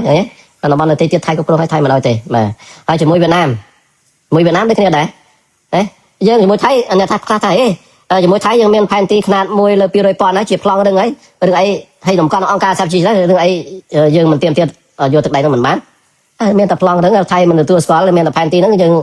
ចរចាធ្វើភាគីជាមួយថៃអត់ទទួលស្គាល់គេយកតែផែនទីខ្នាត1លើ50,000មកចរចាជាមួយយើងហើយបើយើងមិនព្រមអត់ទៅគេនៅគ្រប់គ្រងហ្នឹងរហូតទៅយូរទៅជារបស់គេទៅគេធ្វើផ្ទះធ្វើសំបែងសាលារៀនទីពេទ្យជារបស់គេនៅទីហ្នឹងគេទៅខ្វល់ដីគេគ្រប់គ្រងហើយកោះគាត់ចឹងណែថាបងឯងថាទៅគេធ្វើផ្ទះទៅអីចឹងទៅកោះត្រល់យើងថារបស់យើងយួនអភិវឌ្ឍហ្នឹងទៅយូរទៅវាជារបស់វាទៅអាហ្នឹងវាចឹងបាទអត់កណ្ដាលយើងអត់ប្តឹងហើយយើងនៅចរចាគឺចឹងឯងបាទជាមួយវៀតណាមយើងមានផែនទីខ្នាត1លើ100,000ផែនទីបោនចំនួន26ផ្ទាំងក៏ប៉ុន្តែនៅពេលដែលវៀតណាមគ្រប់គ្រងទឹកដីយើងមានយកបានមកវិញហើយដូចកាលពីសម័យសង្គមរាស្ត្រនិយមនៅដូចនៅច្រកភ្នំដានអញ្ចឹងកាលពីសម័យសង្គមរាស្ត្រនិយមនៅប្រៃប៊ីនតេនេះដល់ឆ្នាំ79យួនជីបន្លាយ79ហ្នឹងចូល1គីឡូជាងគឺ1270ម៉ែត្រតាមលោកកែកំយ៉ានគាត់ដាក់របាយការណ៍ទៅលោកហ៊ុនសែនឆ្នាំ99របស់បកគោលលោកហ៊ុនសែនក៏តវ៉ាទៅប្រៃប៊ីនតេដែរលោកវ៉ាកំហុងចាគ្នាចរចាអត់ត្រូវយួនមកឲ្យបាទដល់ឆ្នាំ2019មកបោះបកគោទៅគ្នាចរចាគ្នាតាំងពី99មករយៈពេល20ឆ្នាំយួនមកឲ្យចាស់ពេលនេះលោកហ៊ុនសែនលោកម៉ាណែតថាលោកហ៊ុនសែននិងលោកវ៉ាកំហុងគាត់ថាតោះយើងបានប៉ុន្មានយកប៉ុណ្្នឹងទៅយើងបន្លាយ79ក៏79ទៅបាទបន្លាយ79ក៏បោះទៅបាត់1គីឡូជាងទៅបាទដីតាមប្រៃប៊ីនតេហ្នឹង53គីឡូម៉ែត្រទៅតាមបណ្ដោយប្រៃប៊ីនតេហ្នឹង1គីឡូម៉ែត្រជាងគិតទៅប្រហែលគីឡូម៉ែត្រការ៉េយ៉ាងហោច53គីឡូម៉ែត្រការ៉េហ្នឹងយើងគិតតែតំបន់ហ្នឹងណាបាទអត់គិតនៅហ្នឹងវាគិតតែខេត្តតកែវនិងខេត្តកំពតទេបាទទឹកកំខេត្តដទៃទៀតហ្នឹងភូមិលោកហេងសំលិនយួនគេថាភូមិគេដល់ចរចាគ្នាទៅយួនថាភូមិណៃទៅយកទៅភូមិពីរហ្នឹងក៏ប៉ុន្តែឲ្យតំបន់ផ្សេងនៅស្រុកមេមត់ឲ្យទៅវៀតណាមវិញទៅដីភូមិពីរហ្នឹងមានប្រហែលដូចជា300ហិកតាជាង400ហិកតាខ្ញុំអត់ចាំដែរដូច្នេះឯងយកអាហ្នឹងទៅក៏ប៉ុន្តែបកគលដី400ហិកតានៅមេមត់ oi mà khai Việt Nam á đồ đầy Khmer đó bạt đầy Khmer nhé nó cái bạt đây nè đồ đầy Khmerทั้งbay pon hay ta chế là 30 km đây chế mà nhé đồng bọn rồi nè đây bà cô pi rồi bảy Việt Nam cho phải chia 10 km chế cho cha tao cắt từ đây nó ở Việt Nam tao cha này mà phum đô khai xoay riêng tôi xưa nè phum đô mà vặt đô là có đắng này cao miền bắc đại con mỏng lục nào vậy đấy lục thập phum đô nó cao vì sớm mai dùng cung đây là giống chi tico tao mà ngay mà đo phum đa chứ có thật bay mình bay cái lối có thật đọc cái lối chứ đó mà các bạn ấy thay thằng bay cái lối mà trôi phải bay cái lối mà cho phải bay lô màn nó nữa mà sắp mấy bao cô đó nhé ở thì tao yun có pro và má cái cú tao tam panty thứ mấy tao tam mà đây là Việt Nam càn cặp chặt đây đó ôi Việt Nam có pro và má ở Việt Nam bằng tao nhé cái kia mình do pantyขนาด 10 lơ mà đôi ponนะpanty ขนาด 10 lơ mà đôi pon nó cái chay nó thì nhà năm 85ได้เยอะthì nhà nămมันเป็นไทม์2005 2014nó cái chay chắc người taสำอางตัวเลือ panty ตัวเลืออนุสัญญาកម្ពុជាកូសាំងស៊ីនឆ្នាំ 1873 គឺសម្រាប់ទៅលើផែនទីຂនាត1លើ 100 ប៉ុនដែលជាផែនទីបោនបារាំងធ្វើឲ្យហ្នឹងប៉ុន្តែអាហ្នឹងគេថាជាមូលដ្ឋានគ្រឹះណាមានថាគេគាត់យកហ្នឹងមកផ្ទៀងផ្ទាត់ទៅជាមូលដ្ឋានគ្រឹះប៉ុន្តែដល់បបកោជាក់ស្ដែងគេអត់មានយកតាមផែនទីហ្នឹងទេគេយកតាមការកាន់កាប់ជាក់ស្ដែងអាហ្នឹងគេយកមកមើលទៅតែបើសិនថ្ងៃណាវៀតណាមមិនចូលអាហ្នឹងគេយកតាមផែនទីទៅថ្ងៃណាវៀតណាមចូលគេអត់យកតាមផែនទីយកតាមការកាន់កាប់ជាក់ស្ដែងទៅហើយតាមទីញ្ញាมันเป็นมันแทนชนะปีปอนแป๊บที่บ้านใจอย่างไรมุ้ยคือบ้านโยนี่ไอ้สันนี่โยมองหายชนะแล้วcái như chơi là ca bao một cú tao tám ca căn cặp dạ đấy trơn chùm non mà cái gì vậy cái con té yun cho mau phải chia bay rồi mà chẳng nó cho phải 5 năm đọc năm nhớ ở Việt Nam người ta đây nó cái căn cặp đọc chùm non đấy bây giờ 5 chùm non 3 chùm non nhớ 50 năm ấy tao bắt từng cho mà đọc năm mình phải được 5 năm thì được 3 năm thì mà chắc người ta cái căn cặp cho chùm non đấy tao phải được 3 năm người ta 3 chùm non nhau đó slide tao Việt Nam ta đấy nhé tao chẳng mẹ cắt từ đây nó ở Việt Nam thôi chẳng đi ra cái cắt cái nó làm system bên thay cho nó phải người ta ca bằng một cố tao tám ca căn cặp chạy đây chắc người ta cái ăn vô tam pantyขนาด 10 lơ pi rồi pon tê Việt Nam vô ประมาณบอกโกตามนั่นเต้าเนี่ยจังไหนไทยเนี่ยchùm đóเป็นนั่งลงมาลงแสนtôi cho cha cho mới thấyเป็นนักไทยกี่ท่าเฮ้ยโยตามการกำกับจัดแสดงไทยโจแบบนั้นโจแบบเพย์ผมไปที่ตั้งเอาโดไทยมั้งเฮ้ยให้บอกโกตามนั่นเต้าcái tranh từ lời amoi du anu sana ni ka yo thế thì tranh từ lời pantyขนาด 10 lời pi rồi pon miếnบอกบางmiếnก็ปนแต่đóบอกโกตามการกำกับจัดแสดงโดยเฉพาะเวียดนามจังไงเนี่ยpanty nó ở bao thế bao giờ mình phải đăng rồi cho cha thuê cái ký từ chẳng vậy đấy anh nói được bao pôn miến tụm nó đây thuê cho mới đại chất khang xong tôi này vậy cho anh tí bà sân giờ bao ôn tôi cho cha cho mới đại chất khang mà đặt đây cái chỗ màu thạp bay đôi mày nhé bao ôn cho cha đại chất khang người ta ở đâyมันอ้ายกันกับจัดแสดงปนาปนาตาอดเมียนโยตามพลองสระยะใดบอกกระทรวงสระยะใดเด้มาจอจ้าตัวจอจ้าเคยติกี้เหมือนก่อนนี้จังคือทำคือโจใบโดยมัดคือใบโดยมัดได้จังบอกโก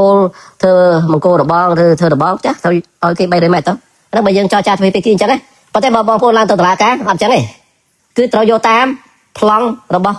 เรื่องกระทรวงสระยะใดอ่ะบอกพลองแกอย่างไม่ใบไหนโจใบโดยมัดตัวทอยใบโดยมัดตัวbìnhจังเธอดอกบองพร้อมได้สมตัวเราบ้องเจ้สมตัวอันนั้นเป็นจังไงจังมายังจอจ้าไปพี่จังคือถ้าบ้านพอเลยคือเท่ากับตึกใดใบเลยแม่น้องโอเคให้ประเดี๋ยวเราตลาดก็อยู่ตามพร้อมคือยังบานให้โดยที่จังไงจมูกไทยยังไงมายังจอจ้าจมูกไทยยังไม่ได้แผ่นตีขนาด 10 เลยปีเลยปอนไอ้ไทยโจมาโดยจอใช่ปีกิโลยังตัวจอจ้าที่ไม่เอาไอ้บ่มเอาไม่ได้ไทยเธอจ้าเธอ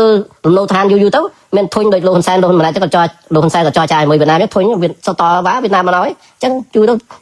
10 ឆ្នាំ 20 ឆ្នាំ 30 ឆ្នាំមកហើយ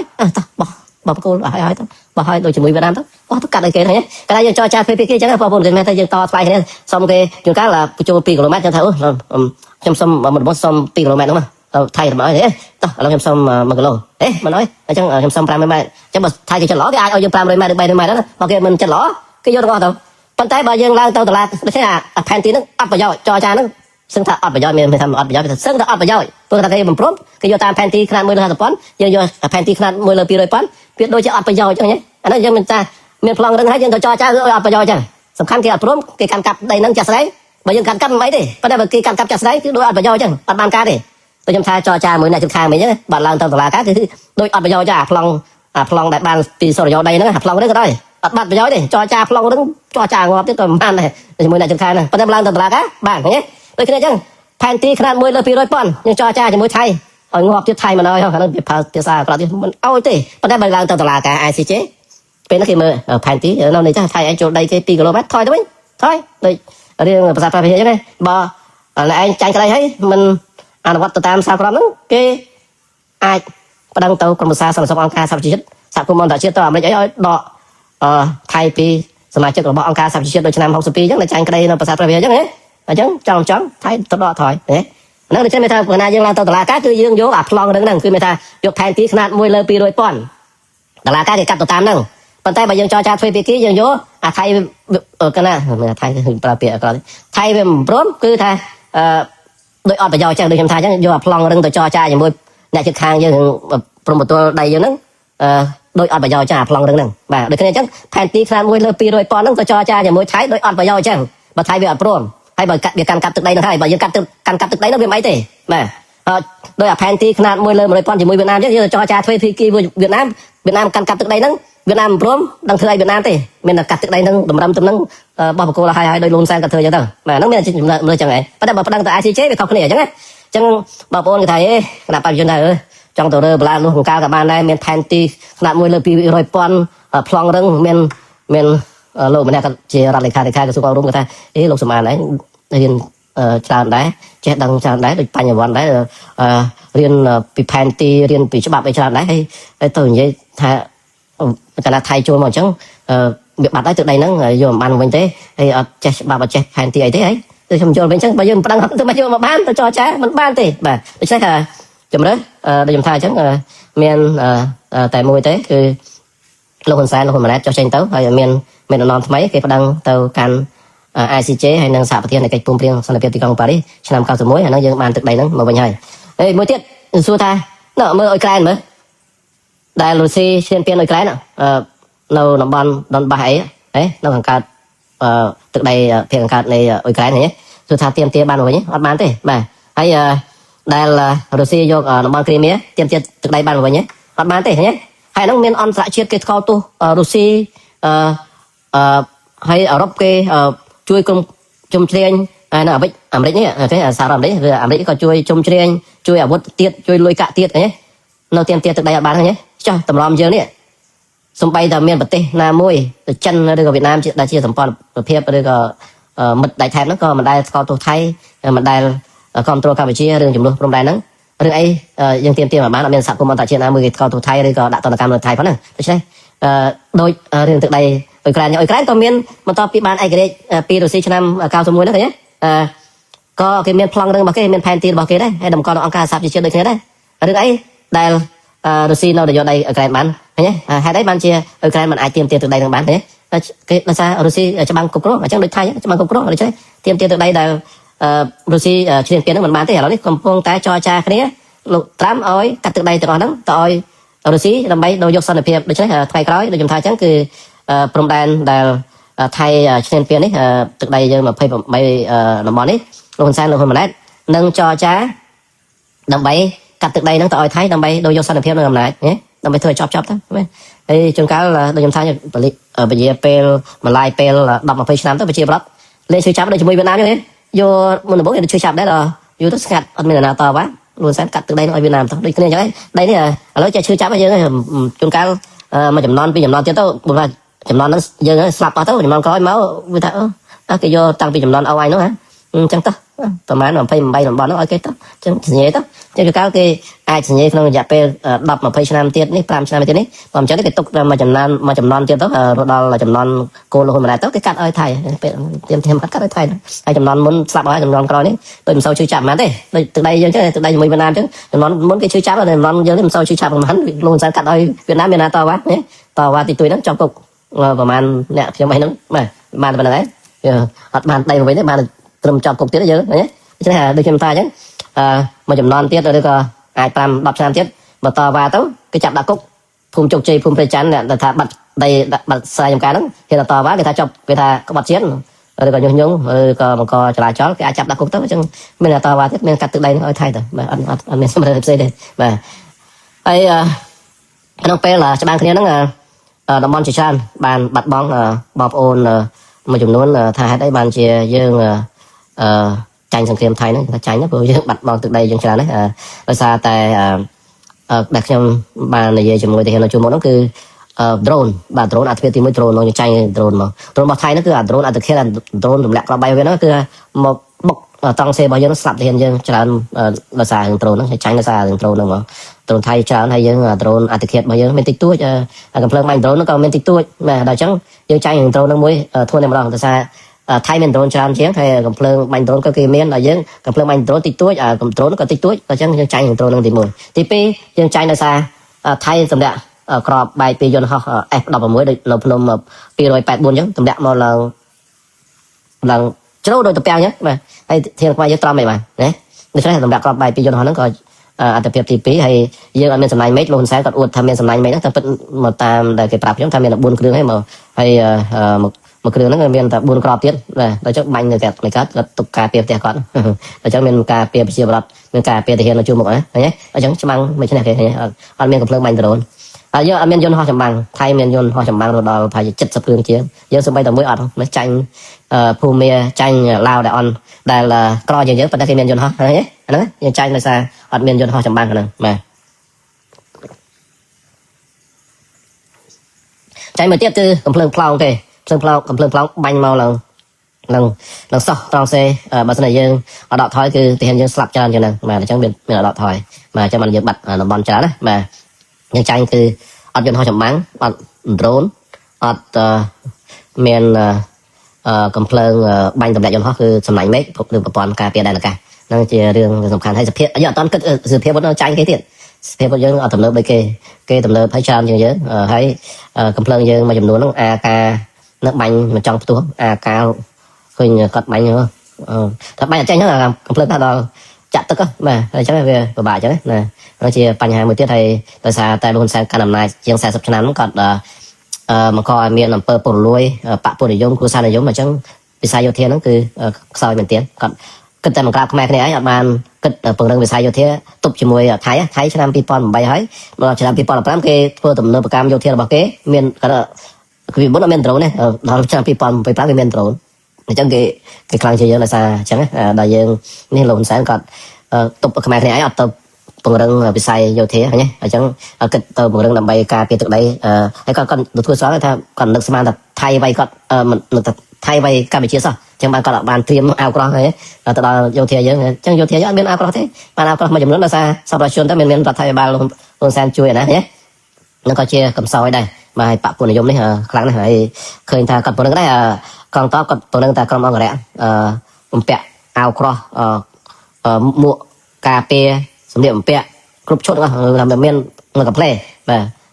thạo hai nó tọt thay thì tọt mày đấy và cái đó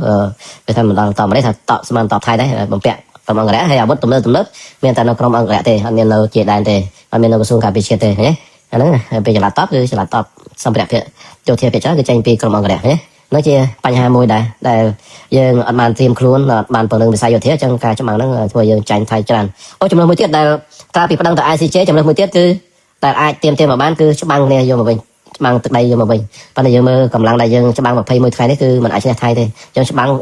มันអាចសឹងថាมันអាចយកអា28តំបន់នោះមកវិញវាអាចនឹងបាត់11តំបន់ថែមទៀតអាចបាត់ប្រាសាទតែវាថែមទៀតនេះអាហ្នឹងវាអាចចឹងដូច្នេះបើច្បាំងនៅពេលនេះគឺมันអាចទេបើសិនជាយើងទៀមខ្លួន10 20ឆ្នាំទៀតពងនឹងវិស័យយោធាទិញយន្តហោះចម្បាំងទិញសំណាញ់មេឃទិញកំភ្លើងបាញ់ដ្រូនទិញdrone sơ caទិញ drone ចម្បាំងឲ្យបានច្រើនទិញ missile បានច្រើនម៉ែខ្ញុំនិយាយចឹងមានតែខ្លះទេចង់ធ្វើសង្គ្រាមហ្មងចង់ផ្ទុះអាវុធម្ដងទៀតហ្មងនិយាយតែរឿងសង្គ្រាមអញ្ចឹងប្រទេសណាក៏គេធ្វើអញ្ចឹងដែរបងប្អូនអាមេរិកខ្លាំងដែរស្អីខ្លាំងដែរសារសភាពមុនគេដំណើរសន្តិភាពมันអាចកើតឡើងដោយការតោអង្វរសុំគេនោះទេបើយើងអត់ខ្លាំងខ្លួនឯងហ៎ប្រទេសណាក៏គេទិញអាវុធដើម្បីការពារទឹកដីដែរហ៎កាលណាយើងខ្លាំងបានគេខ្លាចយើងបើយើងខ្សោយណាគេចង់ទៅចរចាជាមួយយើងណាchứ à đứa nó tụi bay mình tổ chức bán thế cái đóយើងត្រូវពង្រឹងអញ្ចឹងហ្មងបាទត្រូវពង្រឹងវិស័យយោធា អាមេរិកខ្លាំងណាស់ខ្លាចអាមេរិកទៅស្អីទៅសារអាវុធរបស់គាត់ទំនើបហ្នឹងឯងទៅសារមានសភាពទំនើបជាងគេបាទអាមេរិកទៅជាមហាអំណាចទី1លើពិភពលោកហ៎ដូច្នេះទោះបីយើងប្រើផ្លូវច្បាប់យ៉ាងណាក៏ដោយគឺត្រូវមានសម្ភារៈយោធាទំនើបហើយនឹងពង្រឹងវិស័យការពារជាតិដែរហ្នឹងបាទដូច្នេះមានថាទៅទិញយន្តហោះចម្បាំងទិញពីអាមេរិកក៏បានទិញពីចិនពីណាក៏បានដែរពីរុស្ស៊ីពីណាក៏បានដែរបាទទិញកំភ្លើងបាញ់ដ្រូនទិញសំណាញ់មេឃទិញដ្រូនចម្បាំងហើយទិញកំភ្លើងបាញ់ដ្រូនឲ្យបានច្រើនហើយនឹងដ្រូនស៊ើបការហើយនឹងមីស៊ីលហើយនឹងសម្ភារៈយោធាដទៃទៀតដែលយើងត្រូវពង្រឹងនៅក្រែង10 20ឆ្នាំទៀតបើសិនជាមានសង្គ្រាមលើកទី2អានោះវាអាចទៅយកតំបន់នោះវិញមកបានប៉ុន្តែបើសិនជាអត់ពង្រឹងវិស័យយោធាទេមិនអាចយកបានទេប៉ុន្តែដូចខ្ញុំថាអញ្ចឹងច្បាំងមិនប្រកាសថាឈ្នះទេហើយ20 30ឆ្នាំទៀតក៏មិនប្រកាសថាឈ្នះដែរព្រោះយើងធ្វើទំនើបកម្មយោធាគេក៏ធ្វើទំនើបកម្មយោធាអញ្ចឹងវាមិនប្រកាសថាឈ្នះទេអញ្ចឹងមានផ្លូវច្បាប់នោះជារឿងល្អប្តឹងទៅ ICJ និងប្តឹងទៅ PPA កិច្ចព្រមព្រៀងសហប្រធាននៃកិច្ចព្រមព្រៀងសន្តិភាពទីក្រុងប៉ារីសឆ្នាំ1991អានោះជារឿងល្អណាបាទហើយយើងឃើញថាមួយរយៈនេះបងប្អូនខ្មែរយើងបានជួយជំនួយទៅដល់យោធាហ្នឹងខ្ញុំសូមកត់សរសើរផងដែរប៉ុន្តែរដ្ឋាភិបាលដូចមិនសូវបានជួយប្រហែលទេរដ្ឋាភិបាលលោកហ៊ុនម៉ាណែតបាទហើយក៏សូមគោរពទៅដល់វីរភាពកងទ័ពខ្មែរយើងដែលហ៊ានបូជាជីវិតហើយនឹងភាពអង្អាចក្លាហានការពារទឹកដីខ្មែរយើងសូមគោរពដល់វីរភាពរបស់កងទ័ពខ្មែរយើងសូមកោតសរសើរចំពោះកងទ័ពខ្មែរយើងហើយក៏សូមចូលរួមរំលែកទុក្ខទៅដល់ក្រុមគ្រួសារកងទ័ពខ្មែរយើងដែលបានពលីក្នុងការពារទឹកដីផងដែរនេះខ្ញុំសូមប៉ុណ្ណឹងហើយដូចខ្ញុំថាអញ្ចឹងជាសរុបមកគឺថាមានតែផ្លូវច្បាប់ទេគឺប្តឹងទៅ ICJ ហើយនឹង PPA ទៅ PPA ហ្នឹងគឺថាកិច្ចព្រមព្រៀងសន្តិភាពទីក្រុងប៉ារីសឆ្នាំ91ទៅអាចទាមទារទឹកដីនោះបានមកវិញបើសិនជាមិនធ្វើអញ្ចឹងទេគឺមិនបានមកវិញនោះទេបាទនេះចំពោះបញ្ហាទឹកដីនេះគឺសំខាន់ណាស់បើសិនជាយើងបាត់បង់ហើយគឺមិនអាចទៅបង្កើតទឹកដីថ្មីទេបាទមនុស្សអាចកើតរាល់ថ្ងៃប៉ុន្តែទឹកដីមិនអាចកើតរាល់ថ្ងៃនោះទេបាទហើយ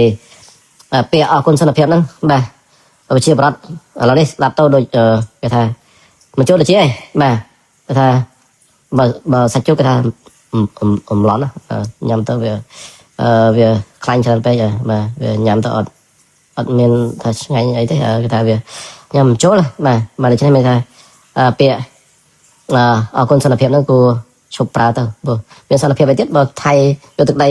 តាមព្រំដែនសាច់ចិត្តហ្នឹងវាយផ្ទះសម្បែងខ្មែរយើងក៏គ្មានណាទៅអើពើហេថៃឈូសផ្ទះខ្មែរយើងក៏គ្មានណាទៅអើពើថៃរេបឡាលោះដាក់កុងតឺន័រក៏គ្មានណាទៅអើពើហើយសន្តិភាពអីទៀតបាទដូច្នេះផ្អាកទៅពាក្យអរគុណសន្តិភាពហ្នឹងគ្មានសន្តិភាពទេសន្តិភាពស្អីសង្គ្រាមប្រមាណដងហើយថៃធ្វើឲ្យសាច់ចិត្តហ្នឹងរេបឡាលោះយកដៃខ្មែរយើងសាច់ចិត្តហ្នឹងសន្តិភាពអីបាទសន្តិភាពភ្នោខ្មៅហ្នឹងបាទហើយមួយទៀតដែលថាអីនយោបាយឈ្នះហ្នឹងបាទឈ្នះហើយថៃយកដៃអស់ហើយហ្នឹងបាទហើយទៅថៃដល់គណៈបកប្រជាជនកាន់អំណាចបានអត់មានសង្គ្រាមគណៈបកប្រឆាំងកាន់អំណាចមានសង្គ្រាមឥឡូវគណៈបកប្រឆាំងមិនតាន់បានកាន់អំណាចហ្នឹងសង្គ្រាមពេញទឹកពេញដីហើយសល់ប្រហែលថ្ងៃទៀតដល់ហើយណាថ្ងៃ7មករានេះអញ្ចឹងទៀតថ្ងៃ7មករាគេស្រែកអរគុណសន្តិភាពទៀតបងប្អូនចាំជួយស្អីណាបាទមានតែអញ្ចឹងអរគុណសន្តិភាពអីថៃយកដៃអស់ហើយតែអរគុណសន្តិភាពនោះកុំឲ្យថៃយកដៃកុំឲ្យថៃវាយបំផ្លាញផ្ទះប្រជាពលរដ្ឋអាហ្នឹងអរគុណសន្តិភាពហើយកុំឲ្យមានសង្គ្រាមហ៎អរគុណសន្តិភាពឲ្យប្រជាពលរដ្ឋនៅភូមិជោគជ័យភូមិប្រច័ន្ទនៅផ្ទះវិញទៅហ្នឹងមានសន្តិភាពហើយបាទហើយដូច្នេះថ្ងៃ7មករាហ្នឹងពាក្យអរគុណសន្តិភាពលុបចោលទៅសរសេរកំសរសេរលើបដាកំស្រែកអីខ្មាស់ប្រជាពលរដ្ឋបាទហើយអីគេនយោបាយឈ្នះហ្នឹងថ្ងៃ7មករាហ្នឹងលុបចោលទៅបាទអត់បានការទេបាទបើចង់អរគុណសន្តិភាពចង់ប្រើថានយោបាយឈ្នះណាហ្នឹងបាទទៅយកដៃភូមិប្រច័ន្ទភូមិជោគជ័យមកវិញមកបាទ